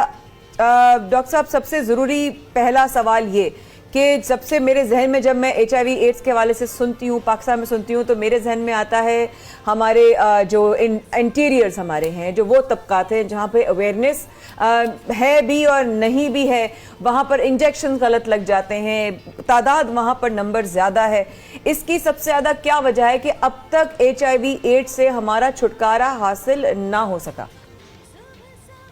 बिस्मिल्लाहिर्रहमानिर्रहीम, बहुत शुक्रिया आपका। देखिए, मैं समझता हूँ कि ये जो बीमारी है, एक तो मेजॉरिटी लोग जो इस पे इन्वॉल्व हैं, जो सफ़र कर रहे हैं, जो बीमारी में मुब्तला हैं, उनको पता ही नहीं है कि एक्चुअली ये बीमारी है क्या। और दूसरी बात ये है कि आप बिल्कुल सही कह रही हैं कि इंजेक्शन शेयर जो कर रहे हैं लोग, वो उनको भी ये नहीं पता कि हम कर क्या रहे हैं और किधर किस तरह से ये बीमारी एक से दूसरे में ये ट्रांसफर होती है। हमें एक चीज लोगों को बार बार अवेयर कराना पड़ेगा कि वो कौन कौन सी चीजें हैं जिससे कि ये बीमारी एक से दूसरे में ट्रांसफर होती है। और ये बहुत अजीब सी बात है कि मैं आपको एक बात बताऊं कि लोग इसको सिर्फ ये समझते हैं कि एड्स जो है वो शायद कोई गलत काम करने से, कोई इलीगल रिलेशन रखने से, मेरा ख्याल उसी से होता है। और एक आपको इंटरेस्टिंग बात ये बताऊं कि मेरे एक जानने वाले हैं, उनकी बेटी को एड्स ऐसा, वो बहुत ही यंग लड़की थी और बहुत घर में परेशानी शुरू हो गई कि ये क्या हो गया, और बहुत शरीफ लोग थे। मुझे उसके वालिद ने जब ये बात बताई तो मैंने बड़ा इस पे गौर किया। वही वाली बात है ना, ऐसा जी। हाँ, तो वो मैंने जब जी सिंध में इतना बड़ा केस आ गया जो सिरिंज के हवाले से हुआ, तो वो तो सबसे पूरी दुनिया में सबके सामने है वो वाला केस, तो सिर्फ उससे तो जाहिर है एड्स की जो सबसे बड़ा जो टारगेट हुआ है, तो लोग तो इस तरह भी बहुत ज्यादा उसका जो है शिकार हो रहे हैं। जी हाँ, इंजेक्शन की बात नहीं, मैं सिर्फ ये बताना चाहता हूँ कि देखिए लोगों को ये जो मालूम होता है कि जी सिर्फ ये चीजें करने से, गलत काम करने से होता है या नशा करके इंजेक्शन शेयर करने से ही होता है। आपको ये बताऊं कि वो लड़की को तो कहीं नाक या कान छिलवाया था उसने, और उससे ये प्रॉब्लम हुई, एड्स उसको लगा। तो आप लोगों को ये मालूम होना चाहिए कि जो हर जगह जाके नाक या कान छिलवाते हैं उससे आपको ये एड्स या हेपेटाइटिस बी और सी हो सकता है। तो और दूसरी जो सबसे जो इम्पोर्टेंट बात लोगों को समझना है कि जब हम हजाम के पास जाते हैं, जो ब्यूटी सैलून में जाते हैं, ब्यूटी पार्लर में जाते हैं, तो वहां से भी आप ये बीमारी जी, यही बात डॉक्टर साहब आ रही थी, ये बेसिक ही नॉलेज नहीं है आपको डॉक्टर साहब। बिल्कुल सही कह रहे हैं कि जो बेसिक हाइजीन कंडीशन है डॉक्टर साहब, इसके साथ साथ जैसे कि क्लिनिक्स पर जाते हैं, जो लोकल क्लिनिक्स होते हैं वहां पर सिरिंजेस इस्तेमाल की जाती हैं, वो पैकेट में बंद हैं, वो नई हैं, ये मेक श्योर करना लोगों के लिए बहुत जरूरी है। लेकिन लोगों को इसके बारे में कुछ मालूम नहीं है। खासतौर पर हम ये देखते हैं कि जो दही इलाके हैं वहां पर ये मामला ज्यादा खराब है। आप क्या समझते हैं, इससे बचाव के लिए, आगाही के लिए किन इकदामात को उठाना सबसे ज्यादा जरूरी है इस वक्त? देखिए, मैं समझता हूं कि मीडिया बहुत अच्छा किरदार अदा कर रहा है। हमें चाहिए कि लोग बहुत सारे ये हमारा ये टेलीविजन का मीडिया इसको इस्तेमाल करते हैं, प्लस सोशल मीडिया जो है वो बहुत ही एक्टिव रोल कर रहा है। पॉजिटिव जो लोग एक्टिव काम करते हैं, बहुत अच्छा काम है, लेकिन इसमें अनफॉर्चुनेटली नेगेटिव सोशल मीडिया में बहुत सी चीजें आ जाती हैं। मैं समझता हूं कि एक अवेयरनेस प्रोग्राम हुकूमत की तरफ से लॉन्च होना चाहिए, कुछ एनजीओज की तरफ से लॉन्च होना चाहिए, और पाकिस्तान मेडिकल एसोसिएशन तो बारहा इस पे प्रोग्राम, सेमिनार्स और ये करती रहती है। और मैं एज ए सेक्रेटरी जनरल बहुत सारे ऐसे प्रोग्राम में जाके शिरकत करता हूँ और बताता हूँ कि देखिए ये क्या बीमारी है और इससे क्या नुकसान हो सकता है, इसका इलाज कितना है, कैसे है और कब इलाज इसका मुमकिन हो सकता है। तो ये यकीनन आपकी बात जो है वो लोगों को बतानी पड़ती है कि जी ये एड्स है क्या और इससे बचाव कैसे किया जाए, और अगर हो जाए तो आपको क्या करना चाहिए। डॉक्टर साहब, एक और बहुत जरूरी सवाल आपकी बात काटते हुए, ये इस बात को प्लीज ज्वाइन कीजिएगा अपने जवाब के साथ कि देखिए, बताना आपने कहा जरूरी है कि हाँ भाई एड्स कैसे फैलता है, ये भी पता होना चाहिए कि ठीक है ब्लेड्स हो रहे हैं यूज, सिरिंजेस हैं, नीडल्स हैं, कुछ भी है। मुझे एक बात समझ नहीं आती, आम आदमी पूछता भी नहीं है, पूछते भी डरते हैं। उसको भरोसा होता है कि मैं क्लिनिक जा रहा हूँ, जहां वहां पर हो रहा है वो अच्छा ही कर रहा होगा।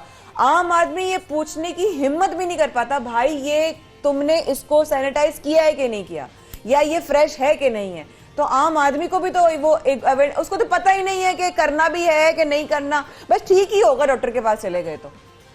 बहुत इंपॉर्टेंट बात आपने की है, एग्जैक्टली ऐसे ही होता है कि देखिए, एक तो सबसे इम्पोर्टेंट बात मैं आपके तवज्जुह से तमाम लोगों को बताना चाहता हूँ कि खुदारा किसी भी क्वैक्स के पास, अकाई के पास ना जाएं, क्वालिफाइड डॉक्टर से ही अपना इलाज करवाएं और उनसे भी आप पूछें, और बल्कि हो सके कि जहां सिरिंज का इस्तेमाल हो रहा हो जहां पर खून का अतिया देने की बात हो रही है, जहां पे मरीज को खून चढ़ाने की बात हो रही हो, वहां पर बहुत ज्यादा कॉशियस रहने की जरूरत है कि आप जो है वो कौन सा सिरिंज इस्तेमाल कर रहे हैं। बहुत जरूरी ये बात है कि आप सिरिंज बाहर से खरीद के खुद ला के डॉक्टर को दें, ताकि वो जो सिरिंज आप लेकर आएंगे वो सील्ड होगा और उसके जरिए वो आपके मरीज को या आपको इंजेक्शन लगाया जाए। डॉक्टर साहब ये तो हमारी एहतियात हो गई, ये तो लोगों की एहतियात हो गई जो आगाही जरूरत है, जिसकी जरूरत है। लेकिन इसके साथ साथ मेरे ख्याल में जो क्लिनिक्स हैं, जो आपके हेल्थ सेंटर्स हैं, उनका भी एक चेक एंड बैलेंस होना चाहिए। आपके ख्याल में उनको चेक किया जाए, क्या वो सिरिंजेस नहीं इस्तेमाल कर रहे हैं, क्या उनकी हाइजीन कंडीशंस ठीक हैं, क्या वो साफ सुथराई का ख्याल रख रहे हैं खास? ये अगेन बहुत इंपॉर्टेंट बात है और हमारे मुल्क में बड़ी अनफॉर्चुनेट बात है कि हमने इसी आपके सवाल के को बताते हुए कि पाकिस्तान मेडिकल एसोसिएशन ने हेल्थ केयर कमीशन की बात की थी और अच्छी बात ये हुई कि हेल्थ केयर कमीशन सिंध में भी और पंजाब में भी बन गया।